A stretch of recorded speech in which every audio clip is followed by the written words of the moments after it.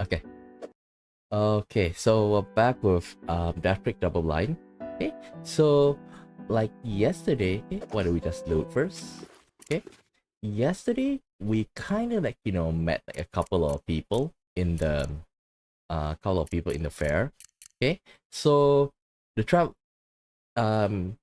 basically that we kind of know quite a lot of information. Okay, like first of all,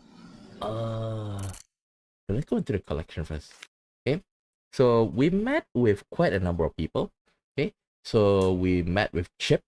Okay, so Chip is one of the member of the traveling circus, and it seems that before Hattie came in, okay, like he was the main attraction of the traveling circus. Okay, but then since Hattie came in, like she kind of like steal the spotlight, and because of that, he's there's a reason, the fact that he might be jealous of her, and maybe that could be a motive. And also the fact is that he have like this hat collection that is like extremely expensive. Like how the heck could you afford that as a on a traveling circus salary? Okay, so that's one thing. Okay, but yesterday we kind of accidentally met with like one of the investors for the circus. It seemed that that person could be Chip's father, and he's a politician and kind of like a you know businessman all around. Okay, so that's one thing. Okay, and we also met this guy here, who is no no no no. We also met with this guy over here. This guy with Jackie, and it seems that he told us a lot of that information, but like I like everyone here is a suspect. Okay, like he's he said something like um he said something like Chip might be jealous of that. Okay, but who knows, he himself could be jealous of that.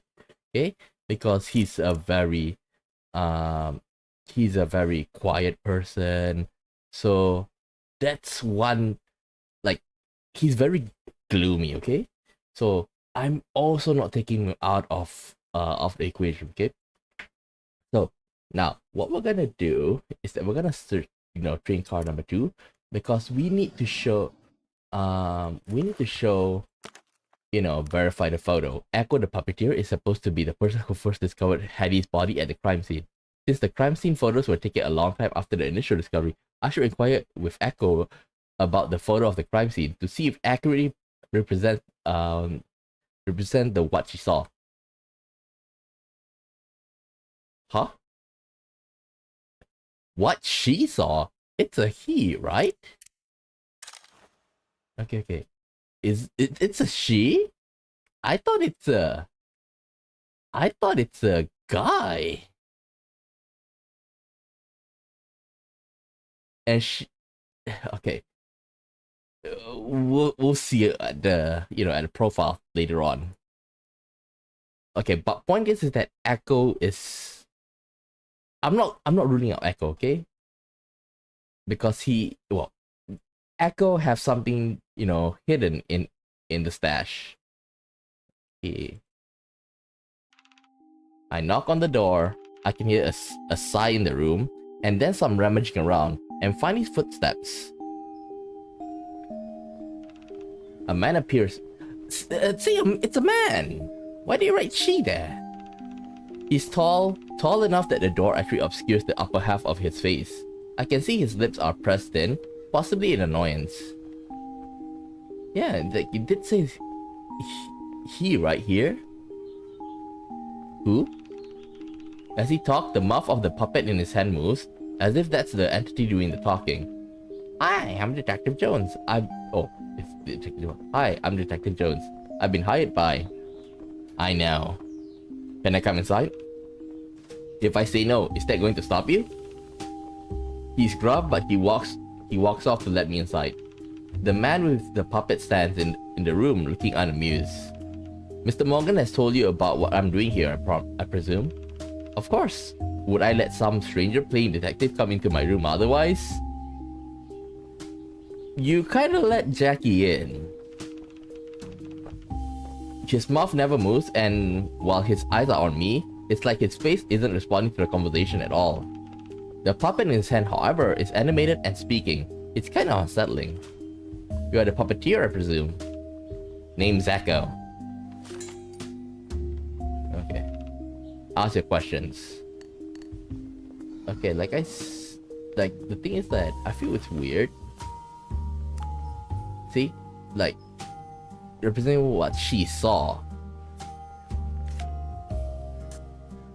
Okay, didn't mention much. First of all, let's ask about Hattie. Wait, do I need to inquire about Hattie? Or is it the time of the crime scene? Lack an alibi, find my attacker. Wait a minute! Could he be the attacker? Because I think about, like, from, like, the stature-wise, he is tall, so he could have hit. I'm not sure. So first thing, let's get... Okay, let's ask the photo first, okay? Can you take a look at this picture? The police took that, didn't they? Guess they finally did something, right? Do you have anything to say about what's in the picture?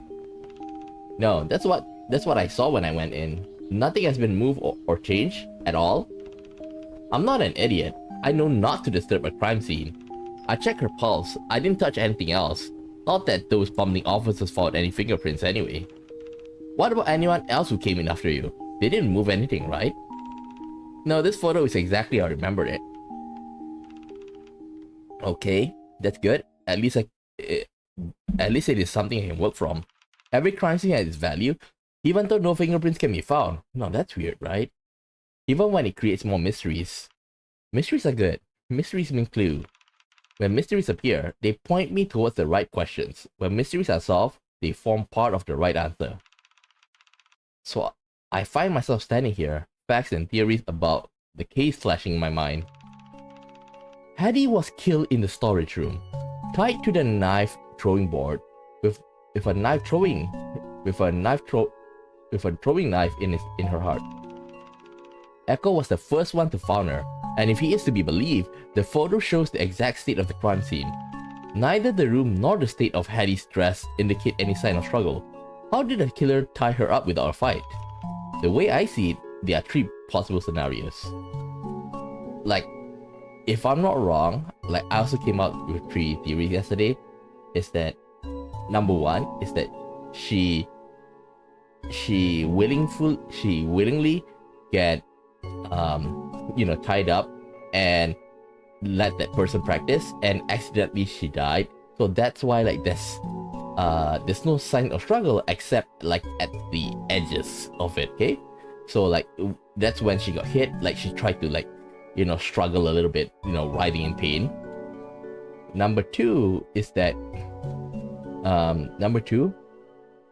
she was killed somewhere, and a knife is stuck there, and like she got tied there.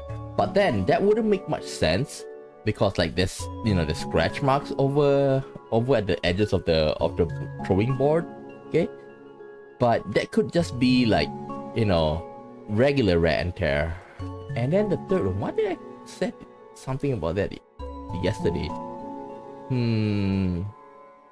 Oh, the third one is that an accident happened when that it's the same as the first one, but the person throwing the knife got a shock.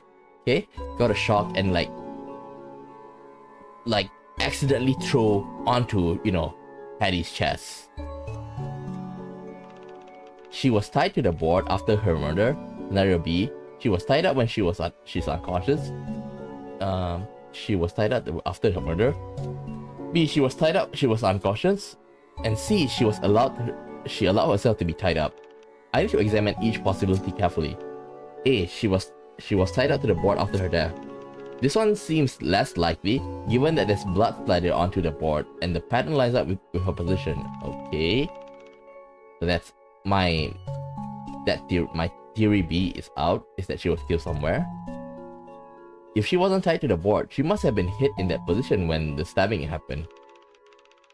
Standing right in front of the board with her arms stretched out horizontally seems like an odd pose to be in.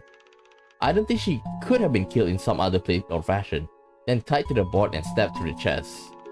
I'm not a medical expert, but I've seen enough dead bodies to know there is too much bleeding for that to be a post-mortem wound. The stab wound had to have occurred when her heart was still beating. B.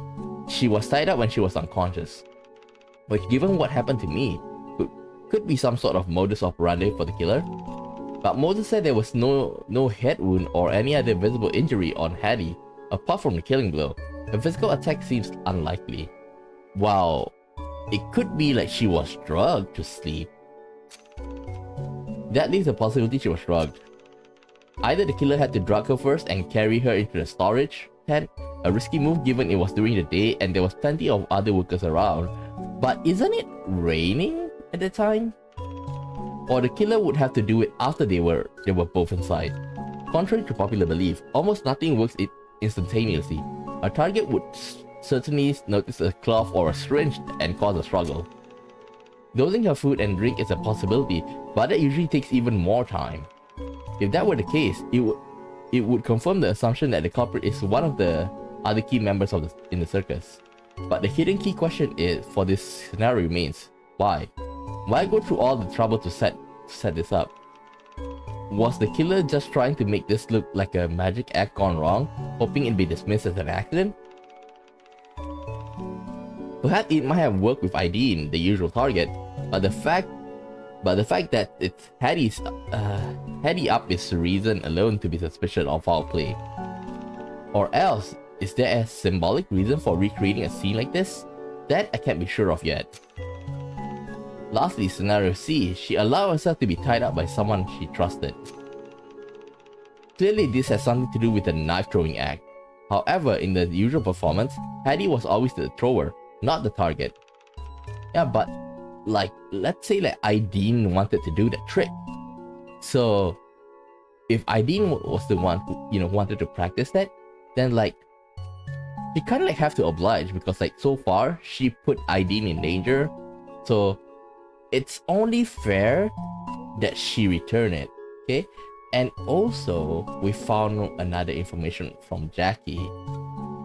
Okay, another information on Jackie's side is that, she went around in Ideen's, Ideen's train car, and we found out this, she likes reading books, and in one of her books there's a note, okay, saying that, I love you, something, okay? And it's signed by R. And we found out that Hattie's real name had something to start with R, okay? So, it could be that, both of them are in love, and Ideen, both of them are in love, okay? So, like, Hattie, like, of course want to please the lover, okay? But, I'll just say one thing, that if that's the case, then it'll be weird that Echo's the one that found it, okay? But she kind of like got an alibi in a sense that I didn't have an alibi because like she was spending time with her sister Yan, so quite a lot of mystery. This one is hard. Why would she agree to it? Maybe she was teaching someone else the act. So she decided to step in and temporarily fill in the role of co-performer? It would certainly explain the mirrors as something as performer could use to observe themselves. Oh yeah, there's also like mirror behind it, right? So like that person can check their form. What reason would they have to kill her? Did they plan this whole thing? What's the motive? To get rid of Hattie and replace her? Could it be a bogus magician this bogus magician Moses had said he hired, but he was adamant saying she wasn't involved in this? Maybe he's got it wrong. Okay, since we see it from outside,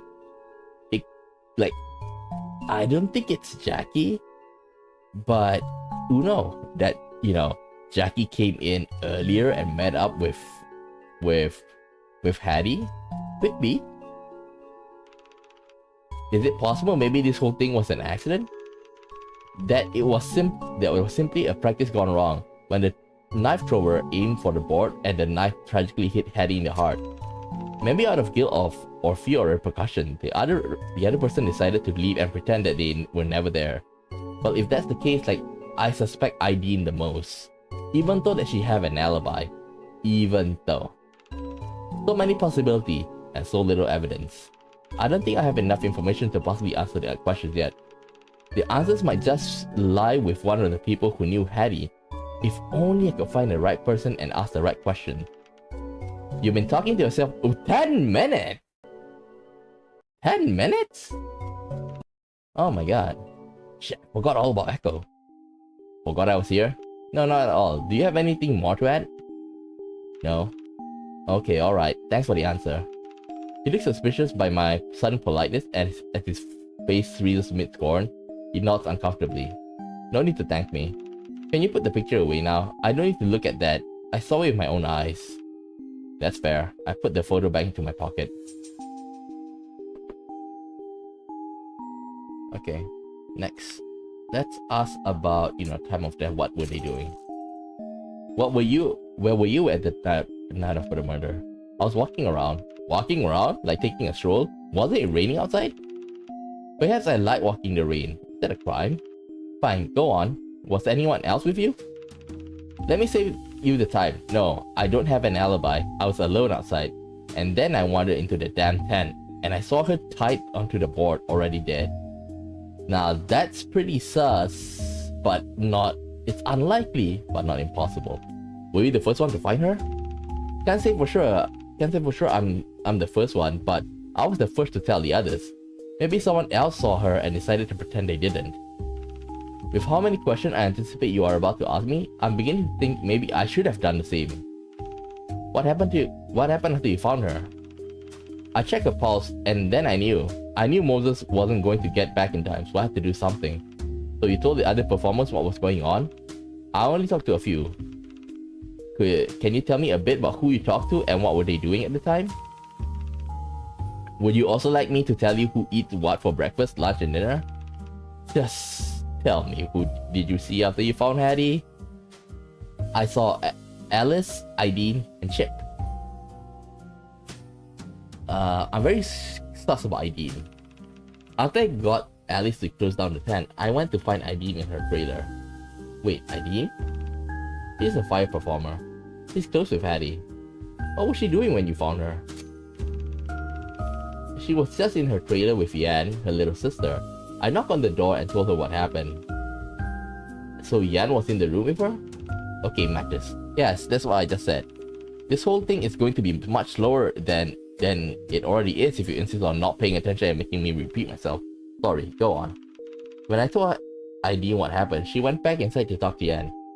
And then she insisted on seeing Hattie. Okay, let's listen to Alice. Who's Alice? She's a mechanic. I went to find her first so she could put a sign to stop anyone else from entering the tent. What was she doing when you found her? I remember she was taking a nap in the stables. A nap at 7 PM? Yes, it was arrival day. She was up before sunrise setting up. She usually take a nap after we finish unloading, and the stable back room was the only place that had a free bed ready. Was there anyone else there with her? I didn't see anyone else, but I wasn't exactly scouting the place. It was dark and I just seen my colleague's corpse. Wait, let me double check.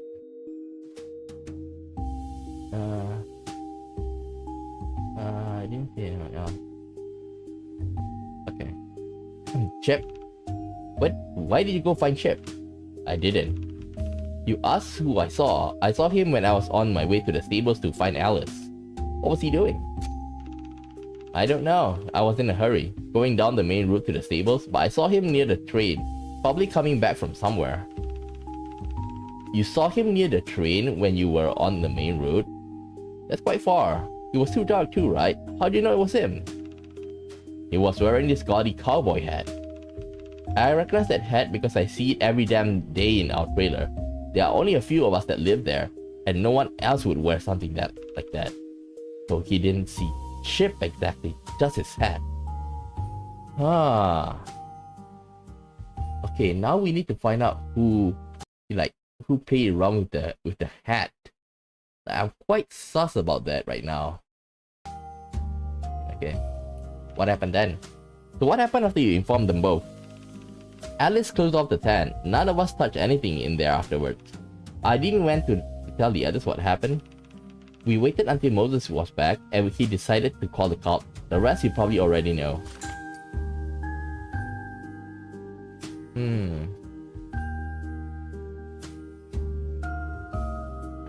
Wait a minute. Walking to the train cars wearing his gaudy cowboy hat.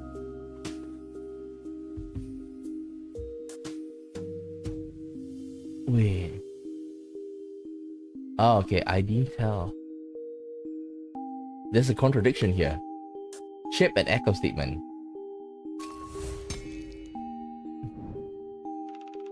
Echo said he saw Chip outside the night of murder, but Chip claimed that he was in the trailer this whole time. Chip said he was in the trailer all Monday afternoon and evening. And you choose to think I'm the one who's lying? Are you sure? Is it possible you had the wrong person, especially since you were looking from far away, right? I recognize his stupid head and his general air of annoyingness anywhere. Alright. I should go check with Chip. Yeah. I thought of that too.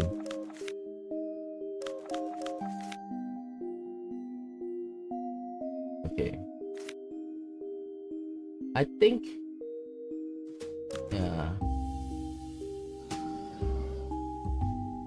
I already got the alibi from...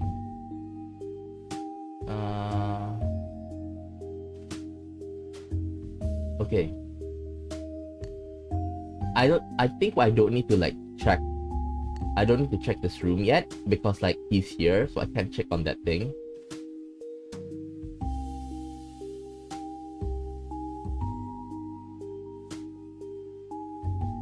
Yeah, I think I'll come back here later. But just in case, I think I should save. Okay? Because I wanna hear when you talk to this to him.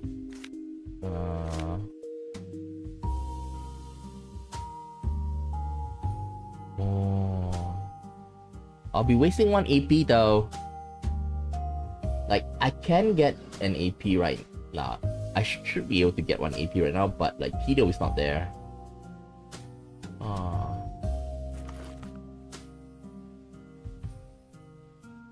But there's one more thing I want to ask. Could he be a mysterious attack?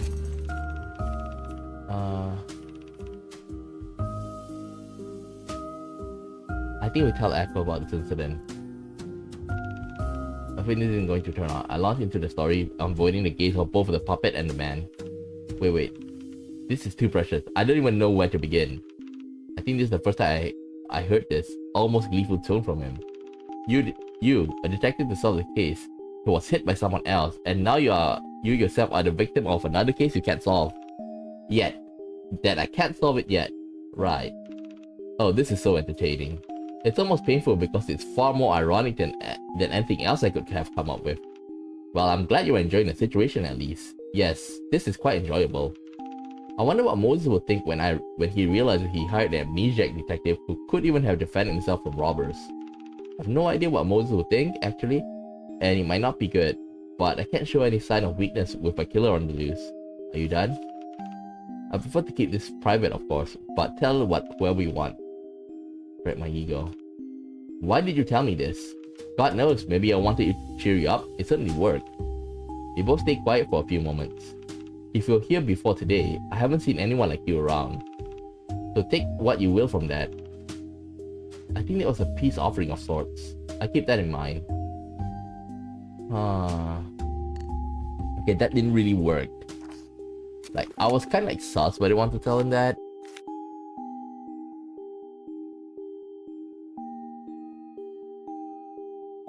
Wait. Let's ask about the shattered trophy. I went to Hattie's trailer and found one of the trophies had been broken, glass all over the ground. I'm trying to figure out when it was broken or if anyone had heard something. Hattie was a neat freak, no way she'd leave a mess in her room. It must have happened after her death. But no, I haven't heard or seen anything. All these metal boxes aren't exactly what I call soundproof. If a fight went down in there, I probably have heard it if I was around. At what time are you not around? Oh, those would be too numerous to count. When I'm performing during the big show at night, when my idiot roommate is occupying the space, whenever I feel like going for a walk. Your roommate, is there a chance you might have heard anything? You can ask Chip yourself. Okay. Let's move. Like, Chip is looking quite sus now. Like, I should go around and check. Like, just check around with Moses, okay? Like, I also want to see Ideen. I think that person is Ideen at the fair right now. But I want to see if we can trigger the meeting with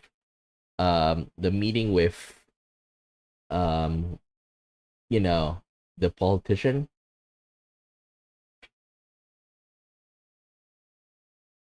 Like, I accidentally stumbled on that yesterday, so it was kind of lucky.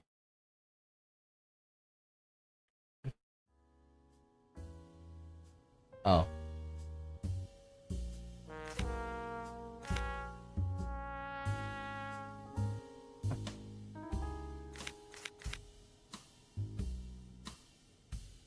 Okay, never mind. Never mind. I can ask him later. Let's go to the fair. Like, I need to talk to Ideen a lot.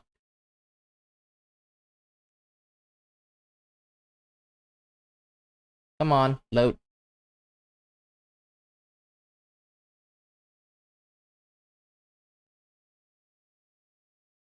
The game's quite slow at loading though.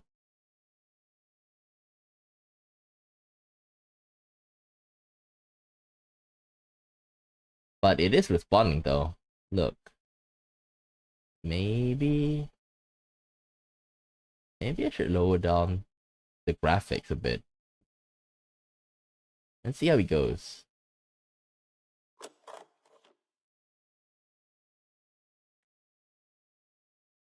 Come on, load! Oh, come on.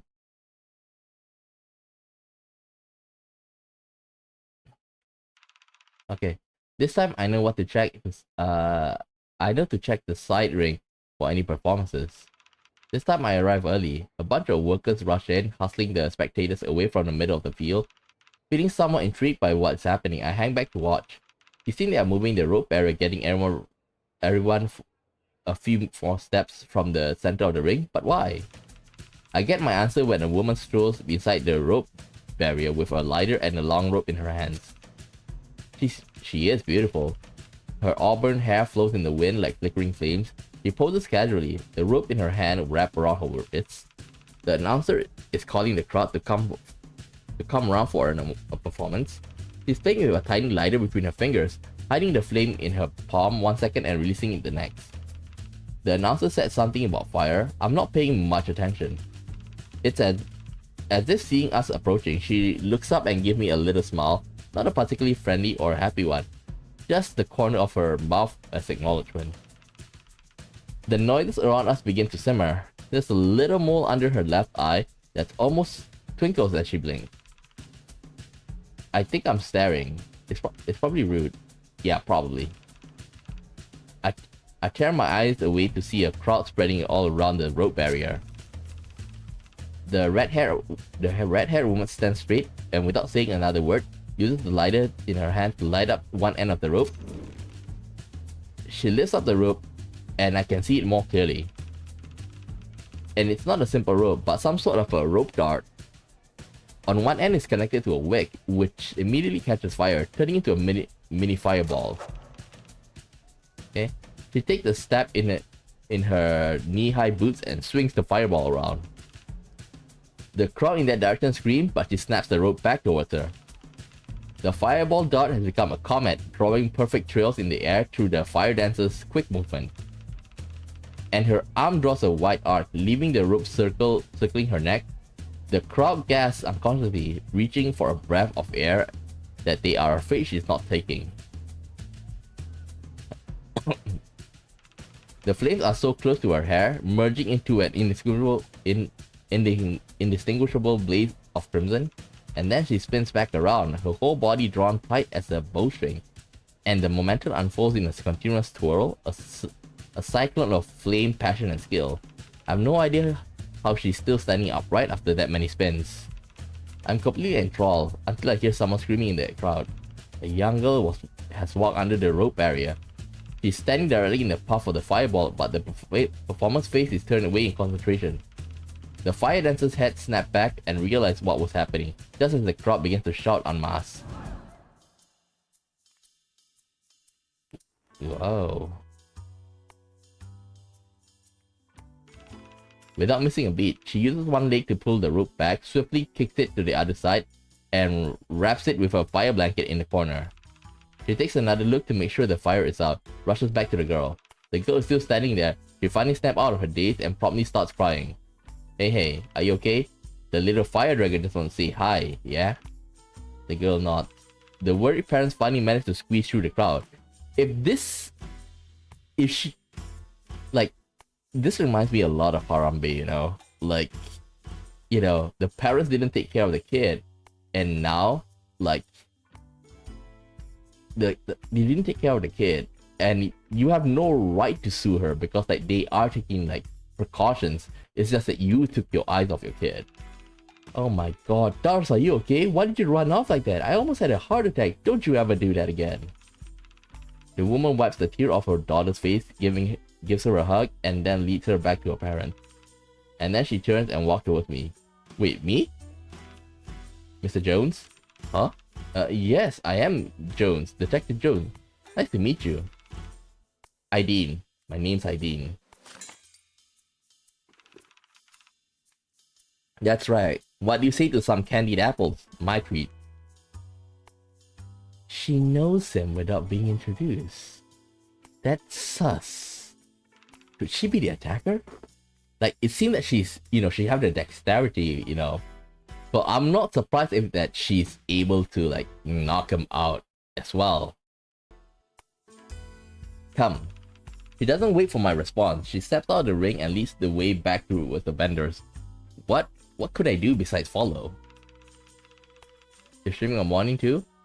Like today, this week I'm having, I took a week off, okay? Because like I need to use my annual leaves, okay? So this week I'm taking the whole week off. She walks in front of one of the vendors, nods and smiles her away through some small talk and returns 2 candied apples. Want one? Sure. I take a bite. Just out of curiosity, what would you have done if I said I didn't want one? She shrugs. More for me? Sweet tooth? I enjoy all kinds of vices in moderation amount, sometimes a little bit more than moderate, in the right circumstances. We stay quiet for a few moments as we chew our way through the apple. No, this is like a detective game. Okay, so we're supposed to solve a murder mystery. Okay, so right now basically like I'm asking around the people. Okay, so I'm kind of sus of this girl. Well, she has something to hide for sure. Even though I haven't talked to her, but I talked to the people around. Like, she may not be the killer, but she has something to do with the victim. So you have questions for me? Yeah. Why don't we start with where were you at the time of murder? Where were you from 5 to 7 PM on Monday night? I was in my room with my sister. Your sister? She walks here too? Yeah. Yan the circus acrobat. Yan's your sister, but we don't have the same parents. Oh, sorry. Why? Are you one of our parents? No. Then what are you sorry for? Just messing with you. I know that's how people usually react to this sort of thing. Sorry. Or not sorry, I guess. Anyway, you were saying you were in your train car with her the whole time? She savors my embarrassment for a second before finally deciding to let it go and continue the conversation. Yes. Do you remember what you were doing at the time? Listening to some music on the radio, I guess. I can't remember exactly. What happened then? Echo showed. He was in a rush, like I never seen him before. He said something happened to Hattie, that I should go with him. I told Yan to stay there and wait for me, and then I followed Echo. You went to the tent? Yeah, I had to see for myself. Like, I'm suspecting, like, she have a relationship with the victim. I suspect. She pauses, looking a little shaken.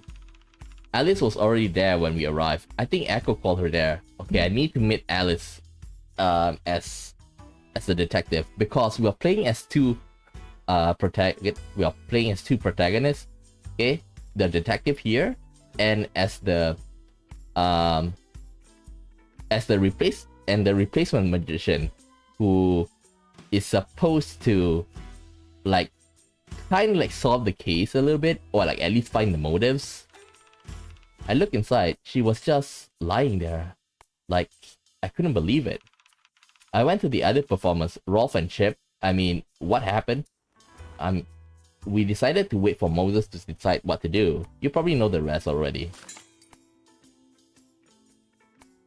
A little after 7 p.m. Okay, we got her statement, but I want to check Yan's statement. Okay, it matches up. Wait, there's a contradiction? There's a contradiction? Well, maybe not for her. I suppose to us, like Chip. Because Chip and Echo have different statements. Chip said he tried to invite the others to play card games Monday afternoon, but they were all busy. So he stayed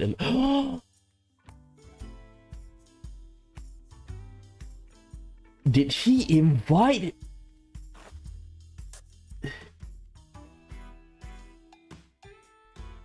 Did he invite Aideen?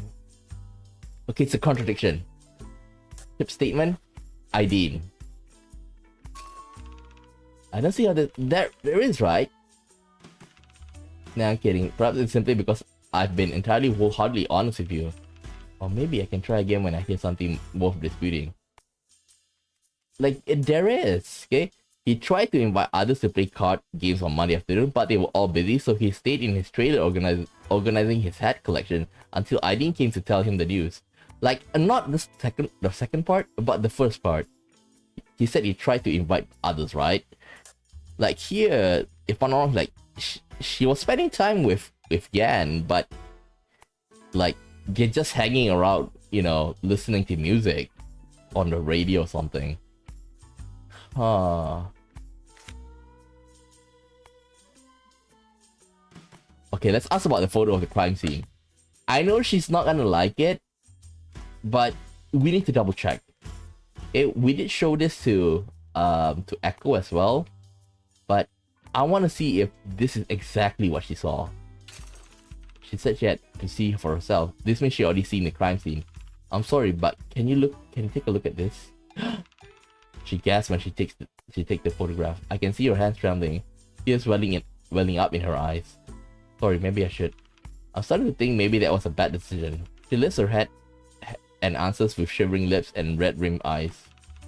Just seeing it like this, it's a lot, you know?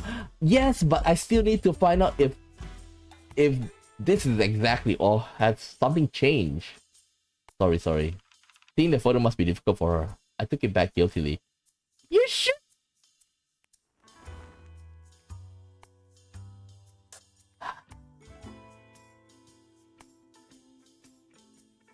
Okay, there's two things. This two, we found it in, you know, in Hattie's car, the victim.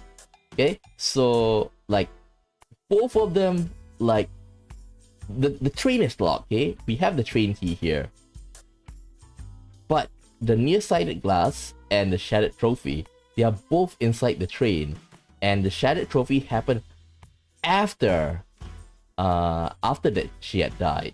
So somebody must got in, and then the nearsighted glasses, okay, it's, you know, we don't know who it belongs to. It could be the victim herself, but I think I should ask about the shattered trophy.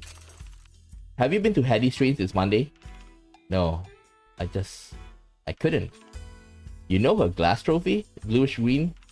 Yeah, the star trophy. She got that from the Magician Society a couple of years ago. Why? It's broken. What? It's broken in pieces. Fell to the ground at some point. But I don't understand. Who could have?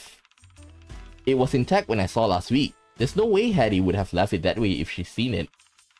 Is it possible that she had a fight in her room before the murder? But it didn't happen in her room. She was in the storage tent.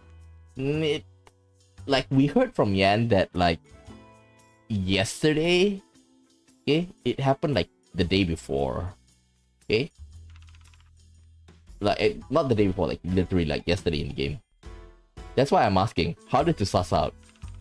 And while the trains are connected, of course, if something big happened in her car, her neighbors would have heard it if someone was in the room. Who are her neighbors? Hattie lives in train car number 3. Yan and I share train car number 1. Chip and Echo live between us in train car 2. I already asked, like, Echo just now. Maybe I'll ask them if they heard anything. Right now, all in, like, evidence points to Chip. Is it possible someone broke it for some reason after her death? Well, her room is usually locked. Only she, Moses, and I have the keys, as far as I know. Yes, well, Yan was able to get in without the keys. Alright, thanks. Okay.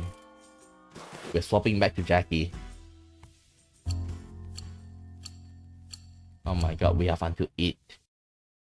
Because I think if we don't solve it by then,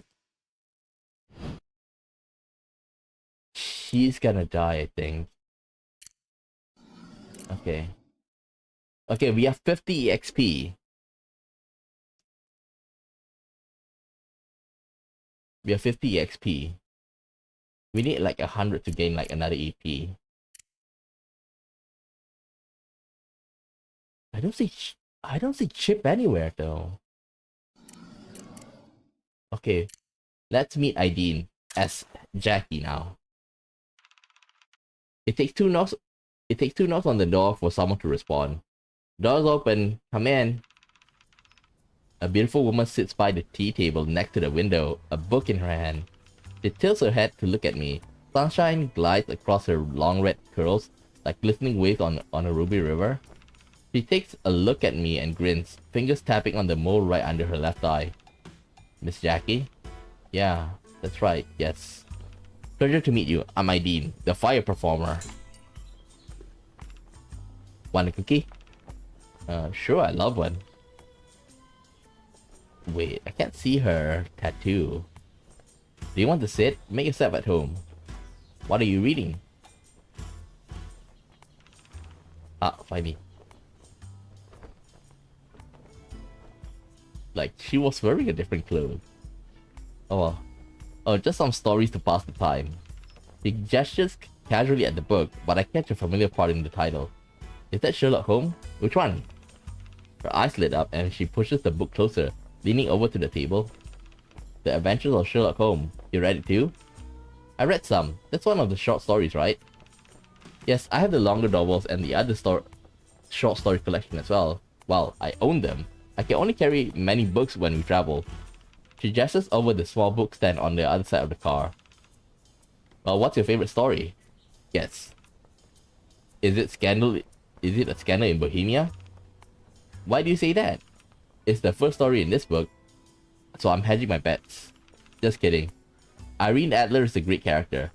I figured there's a lot about her you might relate to. She's American, beautiful, intelligent, a performer, among other things. He laughs slightly.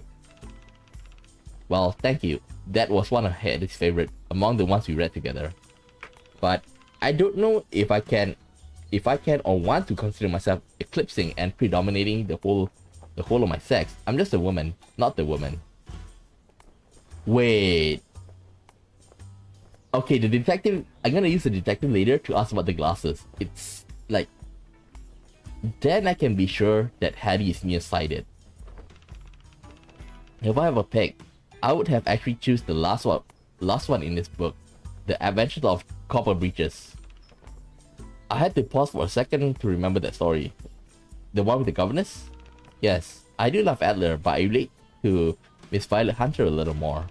Without family or friends to seek advice from, she widely found Holmes and Watson to consult upon receiving a suspicious job offer. When her employer made a particular request, like asking her to cut her hair, wear a particular dress, and sit with her back to the window. Isn't that like Jackie's position right now? She hid a piece of mirror in her hand to see what was going on outside. She even snuck into the forbidden wing of the house trying to uncover the truth.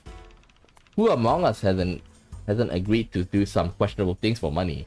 But she held her own, conducted her own investigation, and found the silver lining in the situation.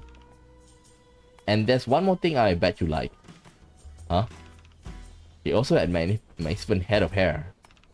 Haha, that's true. It's so nice to find a fellow enthusiast. I forced Hattie to read a few of me, but she wasn't into them. And it's too early for Yan to hear some of these stories. Of course, I'm always happy to chat about them. But, I don't know if it's... I mean, I want to ask. As a fan of detective stories, do you have any thoughts about guesses about this case? Well, I'm not Holmes, am I? She reaches back down to the book, fingers sliding over the pages, deep in thought. I'm not going to lie and say that I never thought about what would happen if I ended up being the one to make the deductions and crack the case. But now that I'm encountering a mystery in real life, I realize how foolish that is. Real life isn't a book. There are so many things going on, so many people, and I know all of them, or I think I do. How am I supposed to know? I read these books knowing I'll get answers at the end. Never have I thought how cruel it would be for people to live with the uncertainty. If only Holmes existed and he could come to investigate. If only. She shuts the book and pushes it to the side, forcing a smile at me. Sorry, I've been completely distracted by book talk. I didn't even ask if you need anything. Right, it's nothing important. I just wanted to chat. Okay. First thing first, we need to ask about Hattie. That's one of the missions for Jackie. Back to Jackie. Okay. We need to inquire about Hattie. Okay. Okay, this one later on. Note in Idine's book. Okay, we're gonna ask about this as well. No. Okay, I'm supposed to ask about, Hattie first. How did you know Hattie? Well. She repeats the question breathlessly. She looks incredulous, or perhaps indignant. Yes, you knew her, right? Yes, I know Hattie, of course. We perform act together, and we're best of friends. We're best friends. More than that. Lover's note. Sorry, I was in your room and picked up one of your books. I promise I didn't mean to. It kind of just slipped out.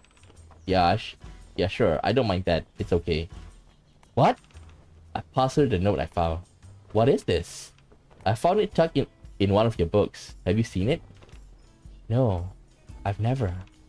She snatches the note from my hand.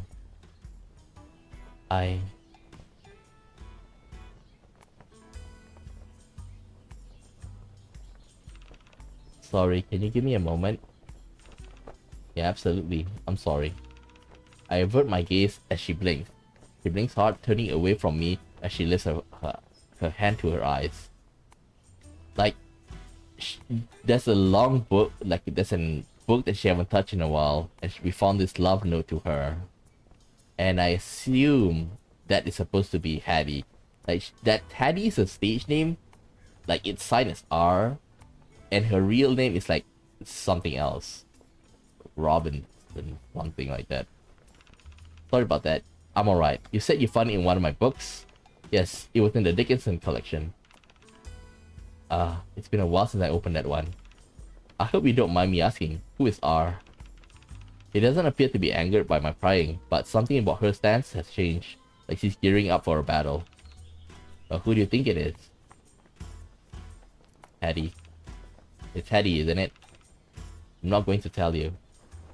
I actually do mind you asking. Finding it wasn't your fault. I trust that you weren't trying to snoop. And since you can't unsee it, I'll let you have your guess. But I don't owe you the answer. She slows down and abandons the harsh tone. She lowers her head and peers up sincerely. Sorry, it's private. Of course it is, and I feel a bit bad for asking, but instincts tell me that there might be something important here. I guess once I found out who R is, I can find a connection and ask her about it again. Yeah, I think I know.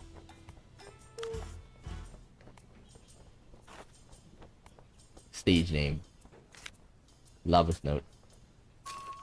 Wait a minute. The note ends with R, and Hetty's real name is Robinette. But this is not a contradiction, more like a confirmation.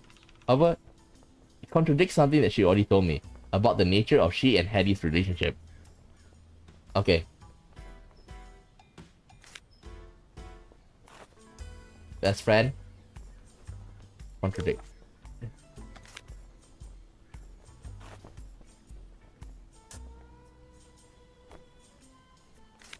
Lover's note. Eileen said Hattie were friends, but it seems like the breakup note in her room was from Hattie, suggesting the two had a romantic relationship. The note. It was Hattie, wasn't it? Are we talking about this again? She gives a performatively annoyed sigh. What made you think it's Hattie? I say, I was confused by the letter R, but Hattie isn't her real name, isn't it? She signed it with her real name, Robinette. She can't help but laugh at my dramatic delivery. How did you hear about that? The universe whispered to me. Right. I thought it might stand for Rolf, but something just didn't feel right. I might be making assumptions here, but he doesn't like the type to write like that. She throws her head back and laughs. No, he's certainly not. Yeah, you got it right. It's Hattie. The note's from her. Yep. Do you? If you don't mind, you can talk to me about her. You're right. Me and Hattie, we weren't just best friends. Hattie, she used to say, we do everything friends do. Just do a few more things too. So what happened? The note, it looked like a Dear Jane letter, you know? She chuckles at that. I was the one who broke it off actually. But I think we both know it was coming. Can I ask why? A few months ago, we had a big argument. It didn't have to do with what's between us actually. But life in the circus like that, everything between you ends up in the show, and everything in the show ends up in your relationship. We dealt with the argument, but I guess you can say that it opened a window into something that both of us hadn't discussed much. That we wanted very different things out of life. We had some fun times, and were in love. But we were not fairy tale princesses waiting for Prince Charming to come to conquer all with the power of love. We both had certain things that's more important than the partnership. Sometimes those things work against each other. It seemed like although their relationship did take a turn somewhat recently, it was more mutual than I thought. It doesn't seem like something that will fuel hatred or murder, if what she's saying is true.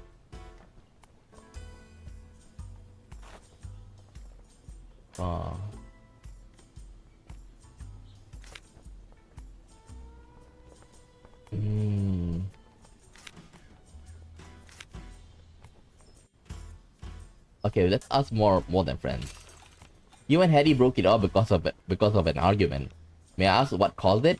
You said there was something more important than love, right? It's not public knowledge in the circus, and I don't want to stir things up now that she's gone. What does this have to do with the circus? She pauses, biting her lip. Hattie and I had an argument because she was planning to leave. Shit. Leave? Like go to a competitor? Retire? No, she got an offer from a TV producer to star in her own show. Magic on television? The future of entertainment, that's what she called it. And she had already said it. And she had already said accepted? Yes. So you were arguing because you didn't want her to leave. No, it was stupid, really. She kept insisting she didn't know what to do. And I thought she was lying to make it seem like she was undecided. In retrospect, both of us were right. She wasn't lying. I just knew it before she did. Wait. She wanted to make it seem like she was excited.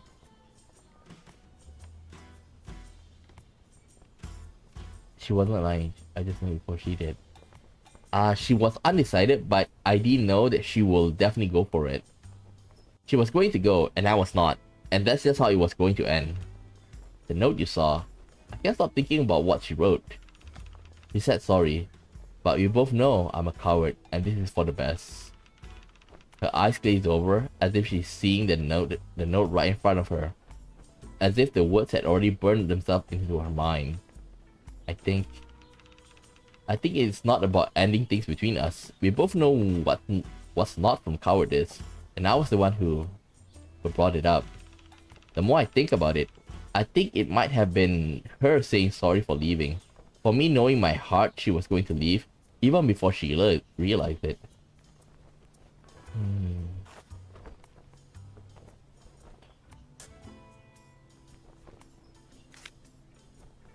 What else do I need to do? Why about Hattie?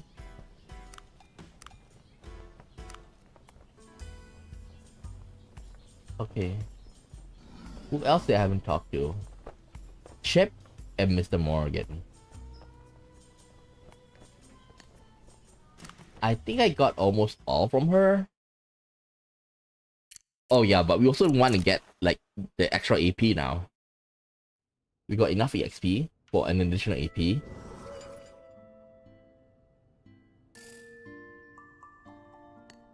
Thank you.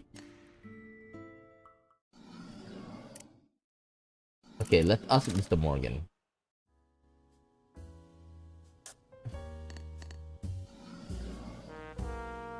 Okay, it's Mr. Morgan. Let's ask about Hattie again. How did you come to know Hattie anyway? Well, I knew of her a long time before she was known as Hattie. You know, she was an apprentice of a friend of mine back in the day, alongside Echo actually. When he took her on, it was quite a surprise in the small magic community. What? Echo and Hattie are like they study under the same master? I'm not quite sure how it is in Europe, but here it's quite rare to have women studying performing magic, especially one that is not related to an established magician. So at the time, I heard about it when he took a little Robinette on. When did she change her name from that to Amazing Hattie? She simply took on Hattie as a stage name when she completed her apprenticeship. And she came to work for you? Actually, I extended the offer, but she opted for another circus first. She gave me a few years with her previous circus. Did she tell you why she didn't choose your offer? Did they offer better pay? She didn't, but that's possible. Or simply felt that she'd be in a better position to improve her skills and make her name there. And why did she change her mind later then? Her previous circus went bankrupt. Oops. Despite what you told Mr. Price, it seems that even Hattie can't save a circus. It is my belief that running an operation of this magnitude is like steering the Titanic, if you will. No one single person will ever turn the boat around. One wrong decision, however, it will sink, taking everyone down with it. If this was already a sinking ship, like Mr. Price might have assumed, then what I've told him is probably wrong. Hattie won't be able to save it. But I do believe us to be sinking. I think we are probably touching the iceberg, but the question now becomes, can we turn away fast enough? Okay. There's a contradiction here. There's two things that we can ask. We have the financial crisis and Hattie's big plan.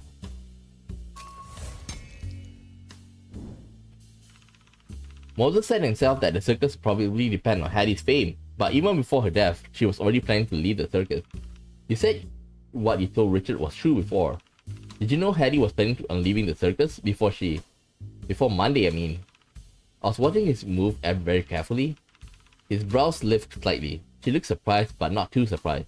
Surprised by the question itself, not by what's in the question. How did you know that? I have my sources. You knew? And you didn't try to stop her? She's your star performer after all.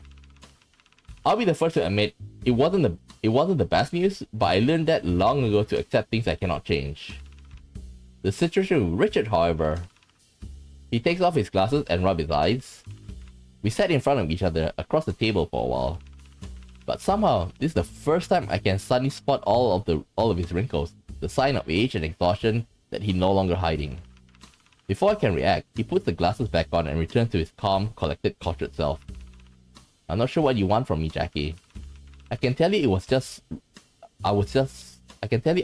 telling Richard what he wanted to hear. Or I can be blunt and tell you I was lying my ass off to him. Which would you prefer? I try to be an honest man most of the time, but I've never claimed to be above lying. So is that why you didn't tell me she was planning to leave? I understand that it might make you look... I swallowed the word suspicious. But it seems like unfortunate timing, but you can't tell me that our mission was unintentional. Now he looks truly puzzled. I thought you already knew. What's that supposed to mean? Why would I? The letter. He thought it was part of Hattie's plan to send me here, along with her departure. Ah. Okay, that makes sense. Okay? So like, she needs like somebody to, take over? I take a deep breath. Let's start from the beginning. What did Hattie tell you? When she came to tell me about her decision to leave, I'll be honest and say I wasn't expecting it in the slightest. I asked her what's wrong. I tried to convince her to stay, but her mind was made up. And I don't mean it in a bad way. Hattie wanted what she wanted, and I wouldn't blame her for making the decision to leave. Considering the circumstances, she's doing all the right things trying to inform me beforehand, and she told me I didn't need to worry about finding a replacement. She said she'd been training someone, an apprentice of sorts. She said she taught all of her tricks to the apprentice, and that after she's gone, the student can take over. Really? When I asked why she kept it a secret, she told me it's because her student is shy and doesn't want anyone to know before her training was complete. But she never had a chance to introduce the apprentice to me. I have no idea who it is, or even if it's someone in my circus. Wait, could it be... Echo?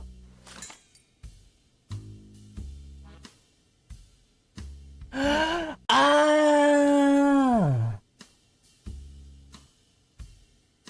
So this secret apprentice is the one that threw the knife, and she screwed up. Interesting.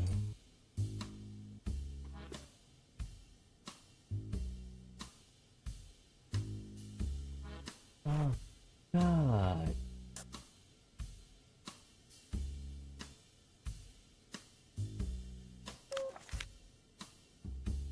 God.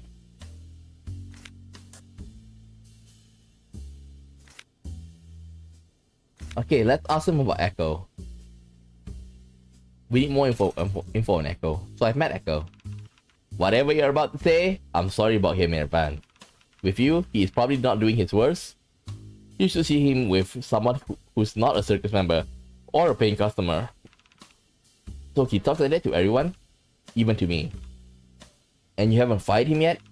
Being rude to me is not a cause for termination. He's good at his job and he isn't hurting anyone. Feelings maybe, but that's all. And well, over the years, I learned to appreciate his bluntness. After I founded the circus, but before I learned that people might be less truthful to me in my new position of power, Echo joined. At the time, Chip hadn't become the ringmaster yet, and I hadn't met Alice yet, so I was directing our mechanic Howie to set up the stage as ringmaster. Now, I like to consider myself as a tasteful man, but I'm quite a bit older than the performers or most guests, as was Howie. Apparently, no one had the heart to point out to me that our design was outdated. Chip knew, of course, but it was Echo who eventually got tired of their whispering and came straight into my office. The first thing he said, they all said that the stage design was ugly, but I don't think so. That doesn't sound like him. He wasn't finished. And then he followed it with me. He followed it with, I think it would be perfect if you were putting on a show at a retirement home. That sounds more like Echo. I was dumbstruck and I burst out laughing. I said if everyone thought that, they could have just told me. I'm not an empress seeking a new wardrobe. But now I know. Even if his words are unpleasant, at least I know he won't sugarcoat things to me. And that's a good person to have on your team. Yeah, I agree. That's good. You need someone like that because like if nobody is helping you to steer the ship, like everybody have their blind spots, and if nobody tells you, then it is a bad situation. Like you're just gonna go sinking without knowing that you're doing it wrong.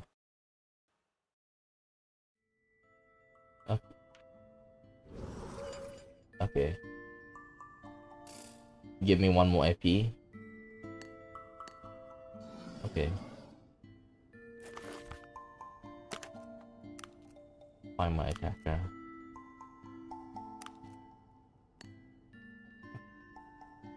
Collect the alibi. Find my attacker near sided glasses.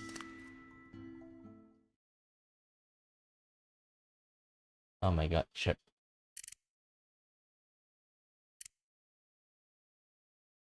Okay, let's go to the trading card number 1.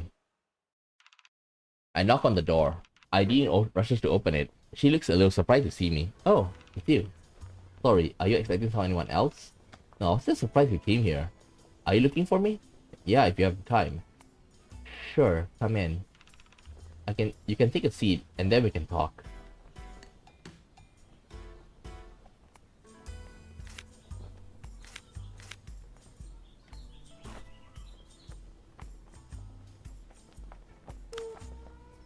There's a contradiction now. There's a contradiction now!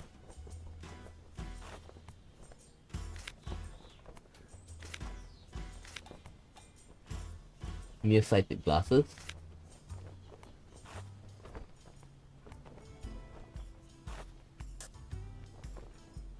No, not this.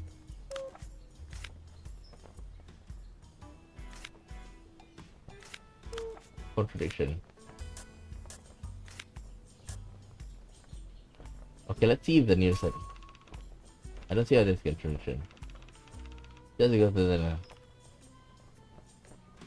there is contradiction though. What?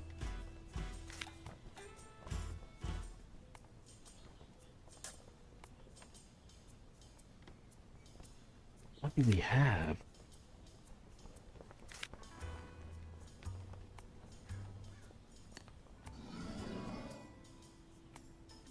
Okay, I collected her alibi.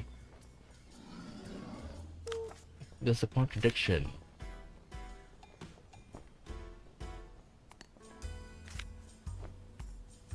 I did get her statement, right? Yeah.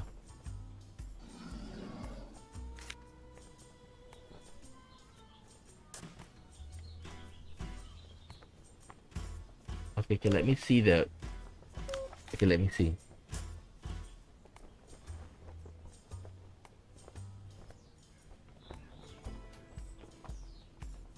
I saw a body cowboy.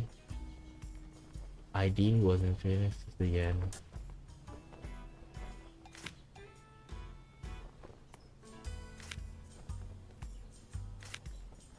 Damn it.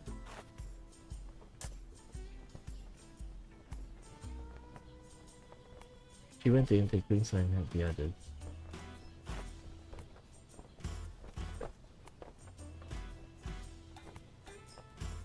Damn! There's a contradiction. What?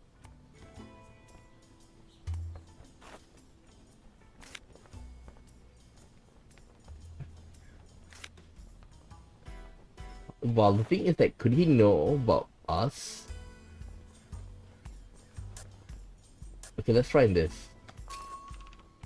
I don't think I was explanation. Okay. No, I still want to talk to her. Damn it!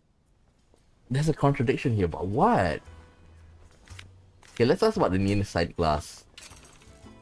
I found this in Hattie's room. Glasses? Do you know if they belong to Hattie? I don't think so. I never seen her wear glasses.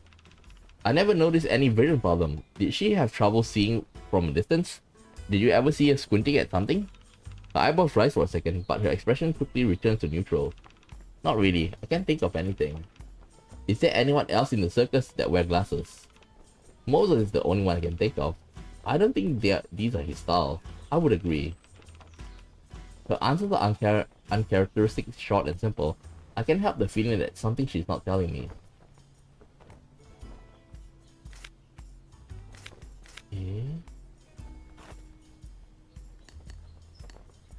Okay, let's look in the room. A wooden vanity desk lined with red paint, various makeup items that I don't recognize are casually arranged next to the mirror. A tiny little table with chair and a stool. Some decorations are placed on the table, a plaid, some bottles, and a lamp. The lampshade is decorated with seashells. A pile of shoes. Some are worn in but still well maintained. They are separated into two piles. A bunch of them are size 7 shoes, most likely worn by adult women, and the heels, Oxford and dress boots, rain boots, the whole catalog. The shoe on the right are closer to size 5, probably a younger kid. There are only a few pairs of ballet flats and a set of rain boots.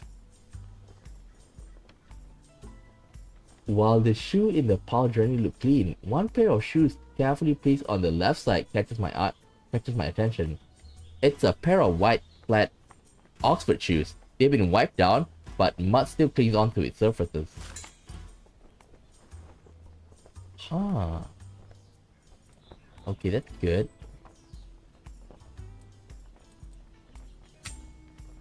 Clippings of fashion magazine catalogs, posters carefully taped onto the wall. A small collection of books behind the bed. From fashion magazine to Frankenstein, from children books to a history of suffrage movement, from Jane Austen to a study in Scarlet. It's a diverse collection. A messily made bed with personal items and mismatched socks scattered around it. Two stuffed animals are huddled together in the corner of the bed. They look well loved. So for Jackie, she didn't notice that. Okay, let's talk about the boots. Collection of shoes. These shoes are yours, right? Yes? You sound unsure. I mean, I didn't think you'd be interested in my footwear, but yeah, they are mine. Well, this is a little embarrassing actually. There are no running water on the train. Sometimes we get a little behind on the cleaning, you see.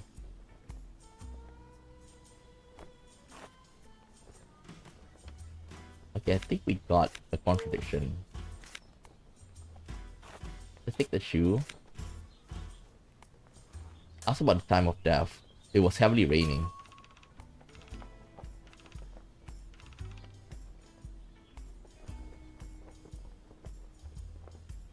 Oh god. Exotic animal very.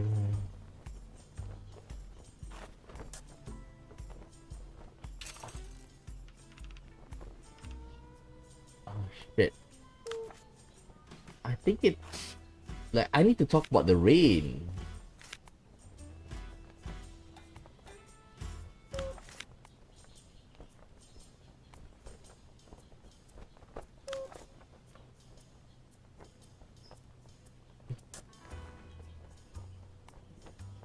Like so weird, like they know a lot about him though.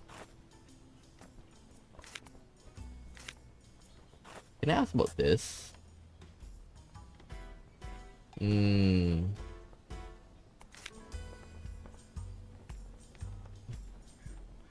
There's a contradiction, but what?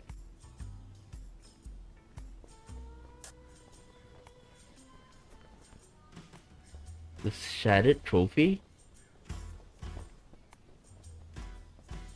And the key?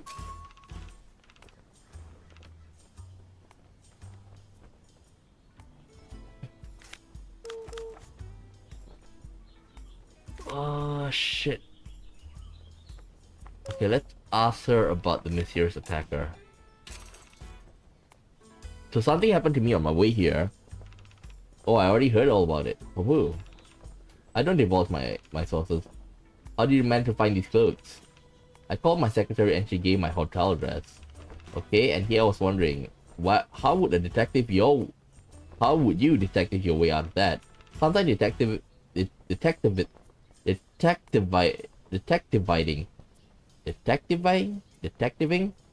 just means doing something in the easiest way possible.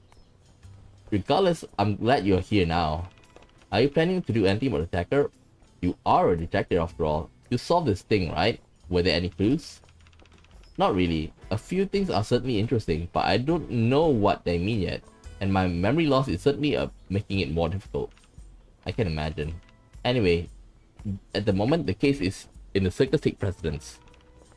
You don't think the two are related, do you? It's too early to say. But why did the robber target me? I'm not sure what I did that day, but I don't look like particularly wealthy. I'm sure there are plenty of better targets at the circus. She hums in agreement and gets lost in her thoughts. But very few come alone. Huh? That could have made you an easier target. Perhaps. It's dangerous to walk alone in the circus, mister. Maybe you need an escort. She's clearly holding back a laugh, but it doesn't seem to be at my expense. More like she's making a joke that I don't get. I'll walk with you. No offense, but you don't think I can beat you in a fight? I don't think so. Maybe that's true, but only one of us has been knocked out unconsciously by a mysterious robber. But she got me there.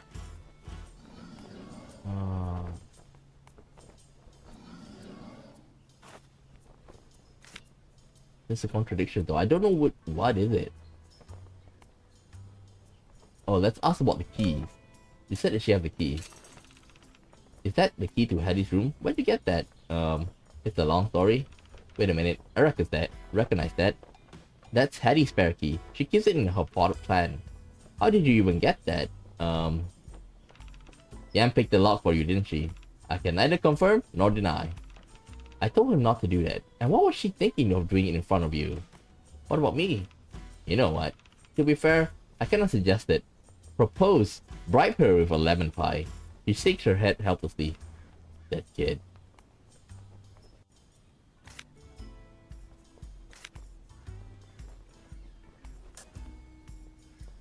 Okay, let's ask about the knife throwing act.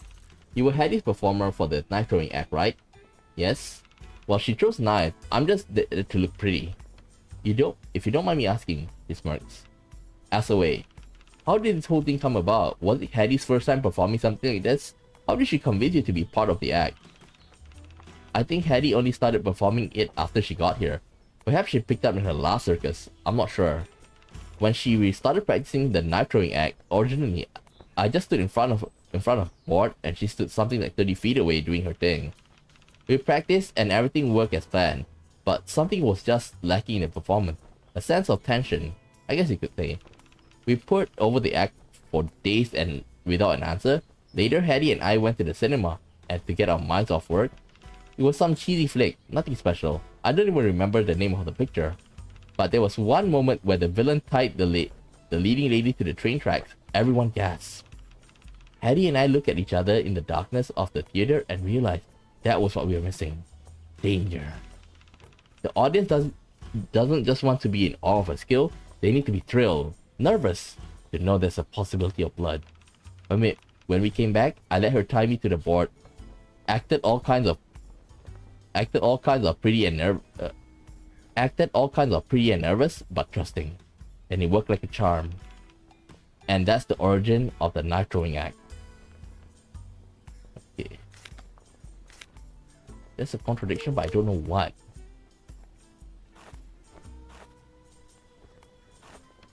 Let's look at ID statement.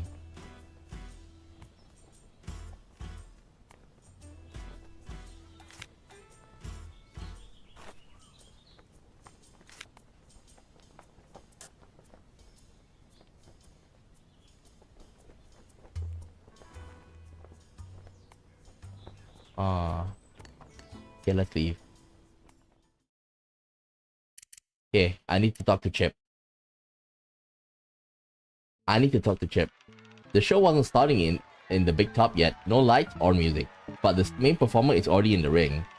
Chip is standing right on the edge of the ring, one leg casually raised atop of the railings, chatting with people seated on the front row. He's not wearing the ridiculous floppy hat from before, instead he's wearing a round short brimmed top hat. Whoever he's speaking to is facing away from me, so I can't hear what they're saying, but he seems like to be listening intently before jumping in. So you guys are tourists? Where from? Springfield, Illinois? Love it. We toured there once or twice. Oh, you've seen us perform there? And you came back for another show? I'm honored. Springfield, horseshoe sandwich, right? I love that stuff. Bread, meat, fries, and cheese? Sign me up. Like, come on, can you find one person in America who would hate that? Immediate treason. Joking, just joking. But seriously, love something you have to eat with your hands and gets everywhere. Me? Oh, name's Chip. What do I do? Come on, can't you tell from the outfit? You'll see. As they talk, a stage manager approaches from behind the stage and whispers something to him. Speaking of which, show's about to start. He walks into the center of the circle and waves to everyone. Alright, lights, music, here we go. Hey everyone, welcome to Morgan's Traveling Circus. I'm your clown and temporary ringmaster, Chip. And I'm going to perform some juggling for you. But first, what do you think I'll be juggling? Balls? Good answer. But no, too easy. Bowling pins? Bowl. The crowd erupts in laughter. Another good guess, but those are juggling clubs. And no. Fire sticks? He fake shudders. No, I'll leave that to our resident fire whisperer ID, who, by the way, has a great fire show for you coming up in the next hour. Stick around for that one. Back to the topic. No, it's not fire sticks. Hint, you can see it right now. Everyone starts scanning the stage, but a prop is nowhere to be found. Chip dips his head, making his top hat falls right into his hand. Some in the crowd have already started to catch up and cheer. That's right, hats! Within one beat, he stretches his hand and spins the hat. It rotates in mid-air before Chip catches it, flicks his wrist, and lifts his arm. The hat performs several flops down his arm and lands back on his head. The crowd cheers at his showmanship. He throws his first hat around his legs with crossed arms behind his back. Keeping it in air, spin it on one finger like a plate.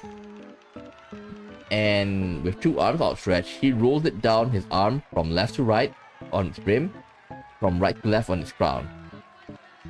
All to the beat of the music. More hats! He whistles and two more hats are thrown into the ring. With the first hat still flying in the air, he catches both new ones with his hands, holding up all three up. The new top hats are blue and white to go along with his initial red one. As he juggles, Chip encourages the audience to make a game out of which one is going to end up on his head next. Red! No blue! They both sigh when Chip stretches his neck to catch a white hat on his head. He then collects the other two and stacks them up on top of another. Now we're going to introduce one last component to this act. Another hat? Good idea! But no, I'm introducing the giant unicycle! True to his word, one of the workers rolls in a tall unicycle, props it up beside him. It is indeed taller than Chip, at least 6 feet tall. Now, I know what you must be thinking. How do you even get on this thing? He grabs the unicycle with one hand and looks at it skeptically. The crowd laughs. He tries to lift one foot up to the step of one of the pedals, but that's obviously too tall. Actually, the trick is, the first is to step on the wheel. He gets onto the unicycle to thunderous applause, but immediately slips and gets back down. Oops, you didn't see that. Let's try it again. Finally, he gets on the tall saddle and starts moving. No flailing about. That he's seated, he's floating at 9 or 10 feet tall. Everyone has to crane their necks to see him. It looks like he's almost falling off, but barely holding on. He goes around the ring everywhere, and everywhere he approaches, the crowd erupts, scared he'll be falling onto their section of the seat. But somehow, through all the struggling, the 3 layers of hat never fell off. Finally, he seems to have found his balance and starts wheeling back and forth in one stop. He takes the 3 hats back into his hands. To the disbelief of the audience, Chip starts juggling them while he's riding the unicycle around the ring. Wow, actually, the hardest part of this is getting off the unicycle, which, I'm warning you right now, will not be graceful. With oohs and ahs from the crowd, he stands up straighter, riding on his tiptoes. He falls right on the unicycle, rolling on the ground. Everyone laughs, but then he springs up and catches all the 3 hats before they hit the ground. The screams and applause almost blow the roof off the tent. Thank you, thank you, thank you. That's all I have for now. Stay tuned for the next show. I walked over, intending to stop him and talk to him before he goes backstage. But he doesn't leave, rather he walks straight to me. Mr. Detective, enjoy the show? Of course. I'm not here for that though. I have some questions for you. Okay. We already talked to...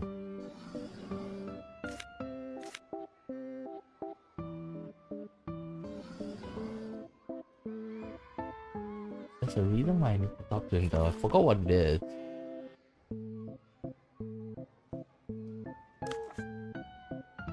There's a contradiction. Chip and echo statement.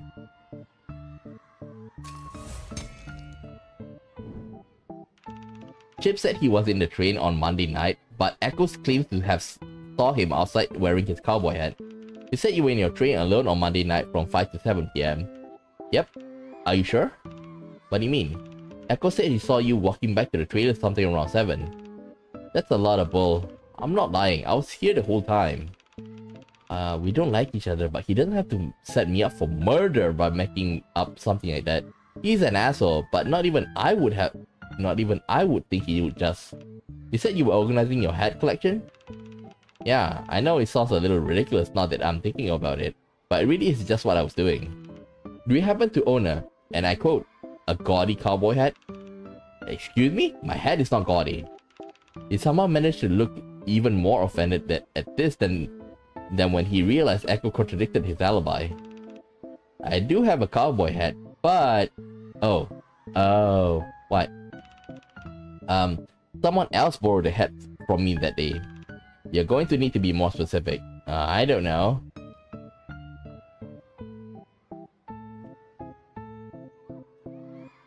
I can take a guess.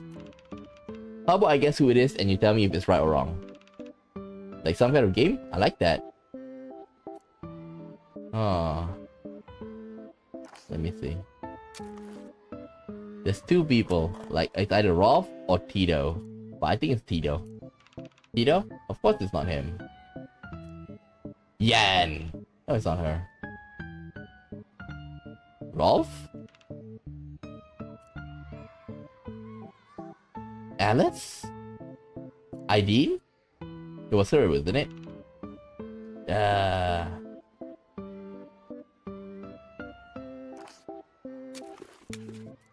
Aideen. It was her, wasn't it? How did you know that? It wasn't that hard to guess. Besides, perhaps Alice, she's the only one who could have been mistaken for you from afar, but Alice doesn't live in the train, so she would have had a reason to be out there. Yes, it was Aideen. She asked to borrow the hat on Monday. Yeah, I had been kind of wondering why, but I'm not sure she had a reason. If you just talk to her, it can't have anything to do with Hattie. Maybe she just thought that hat was pretty. I sincerely doubt that why, but I'll ask her to find out. Damn. Okay, now we need to go and see Aideen.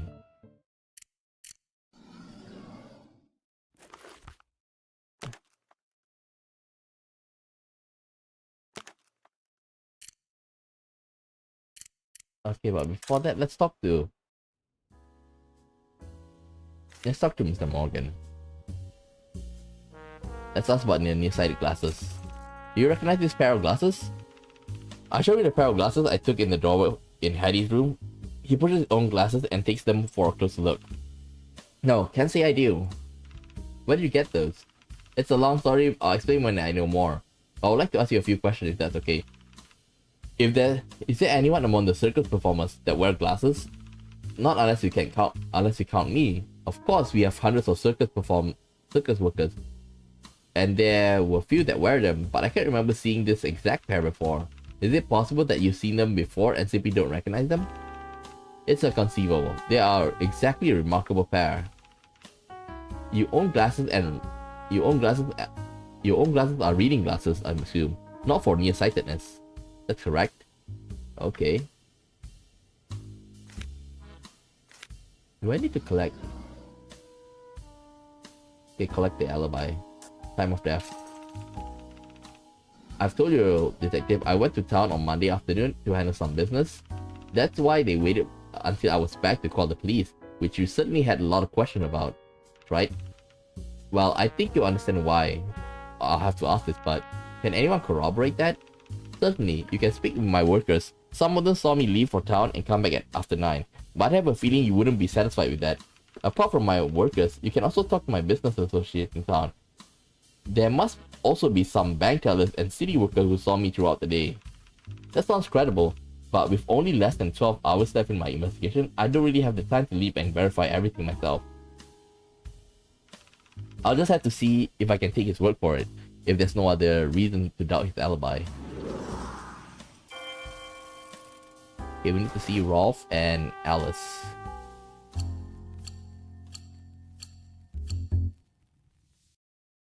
Damn, we're running out of time, but I think we're making good progress. Okay?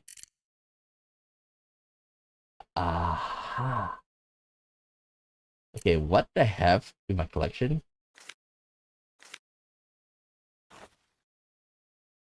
Secret Apprentice.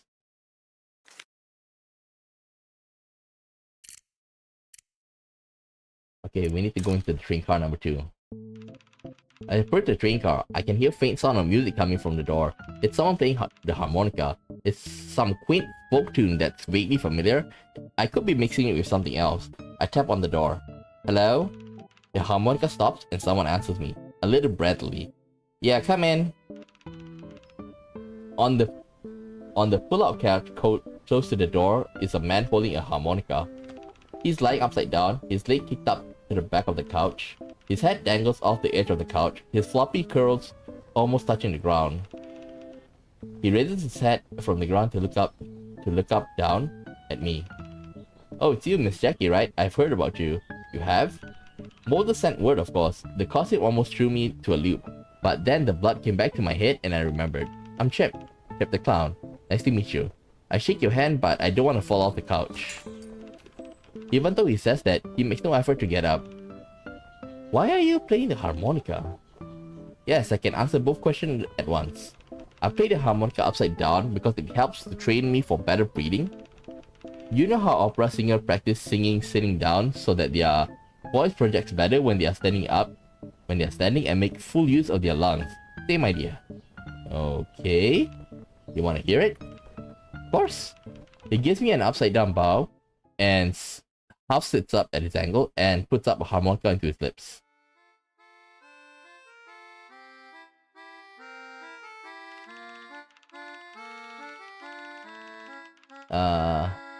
Wait.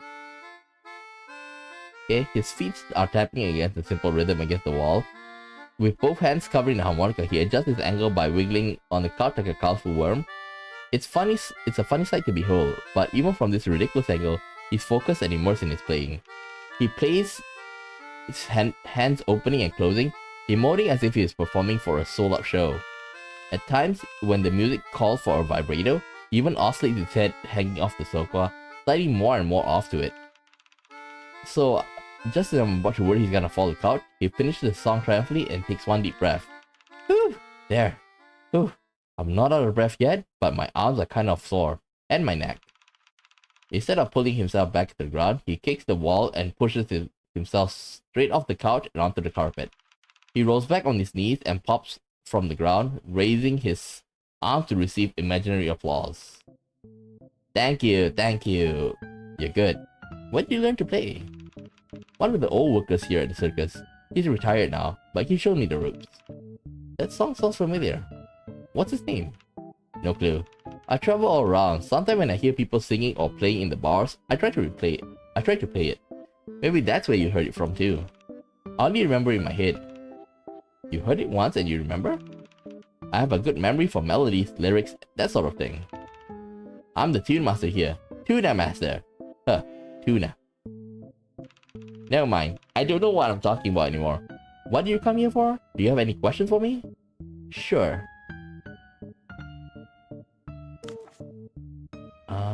This...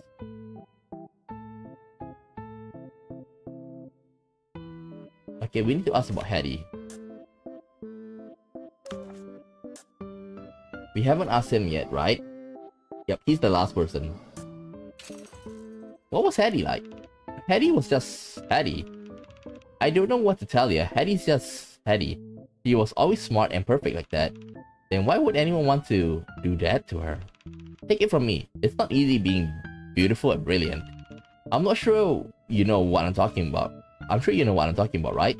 He makes an exaggerated gesture of looking at me up and down and winks. Flattery will get you nowhere.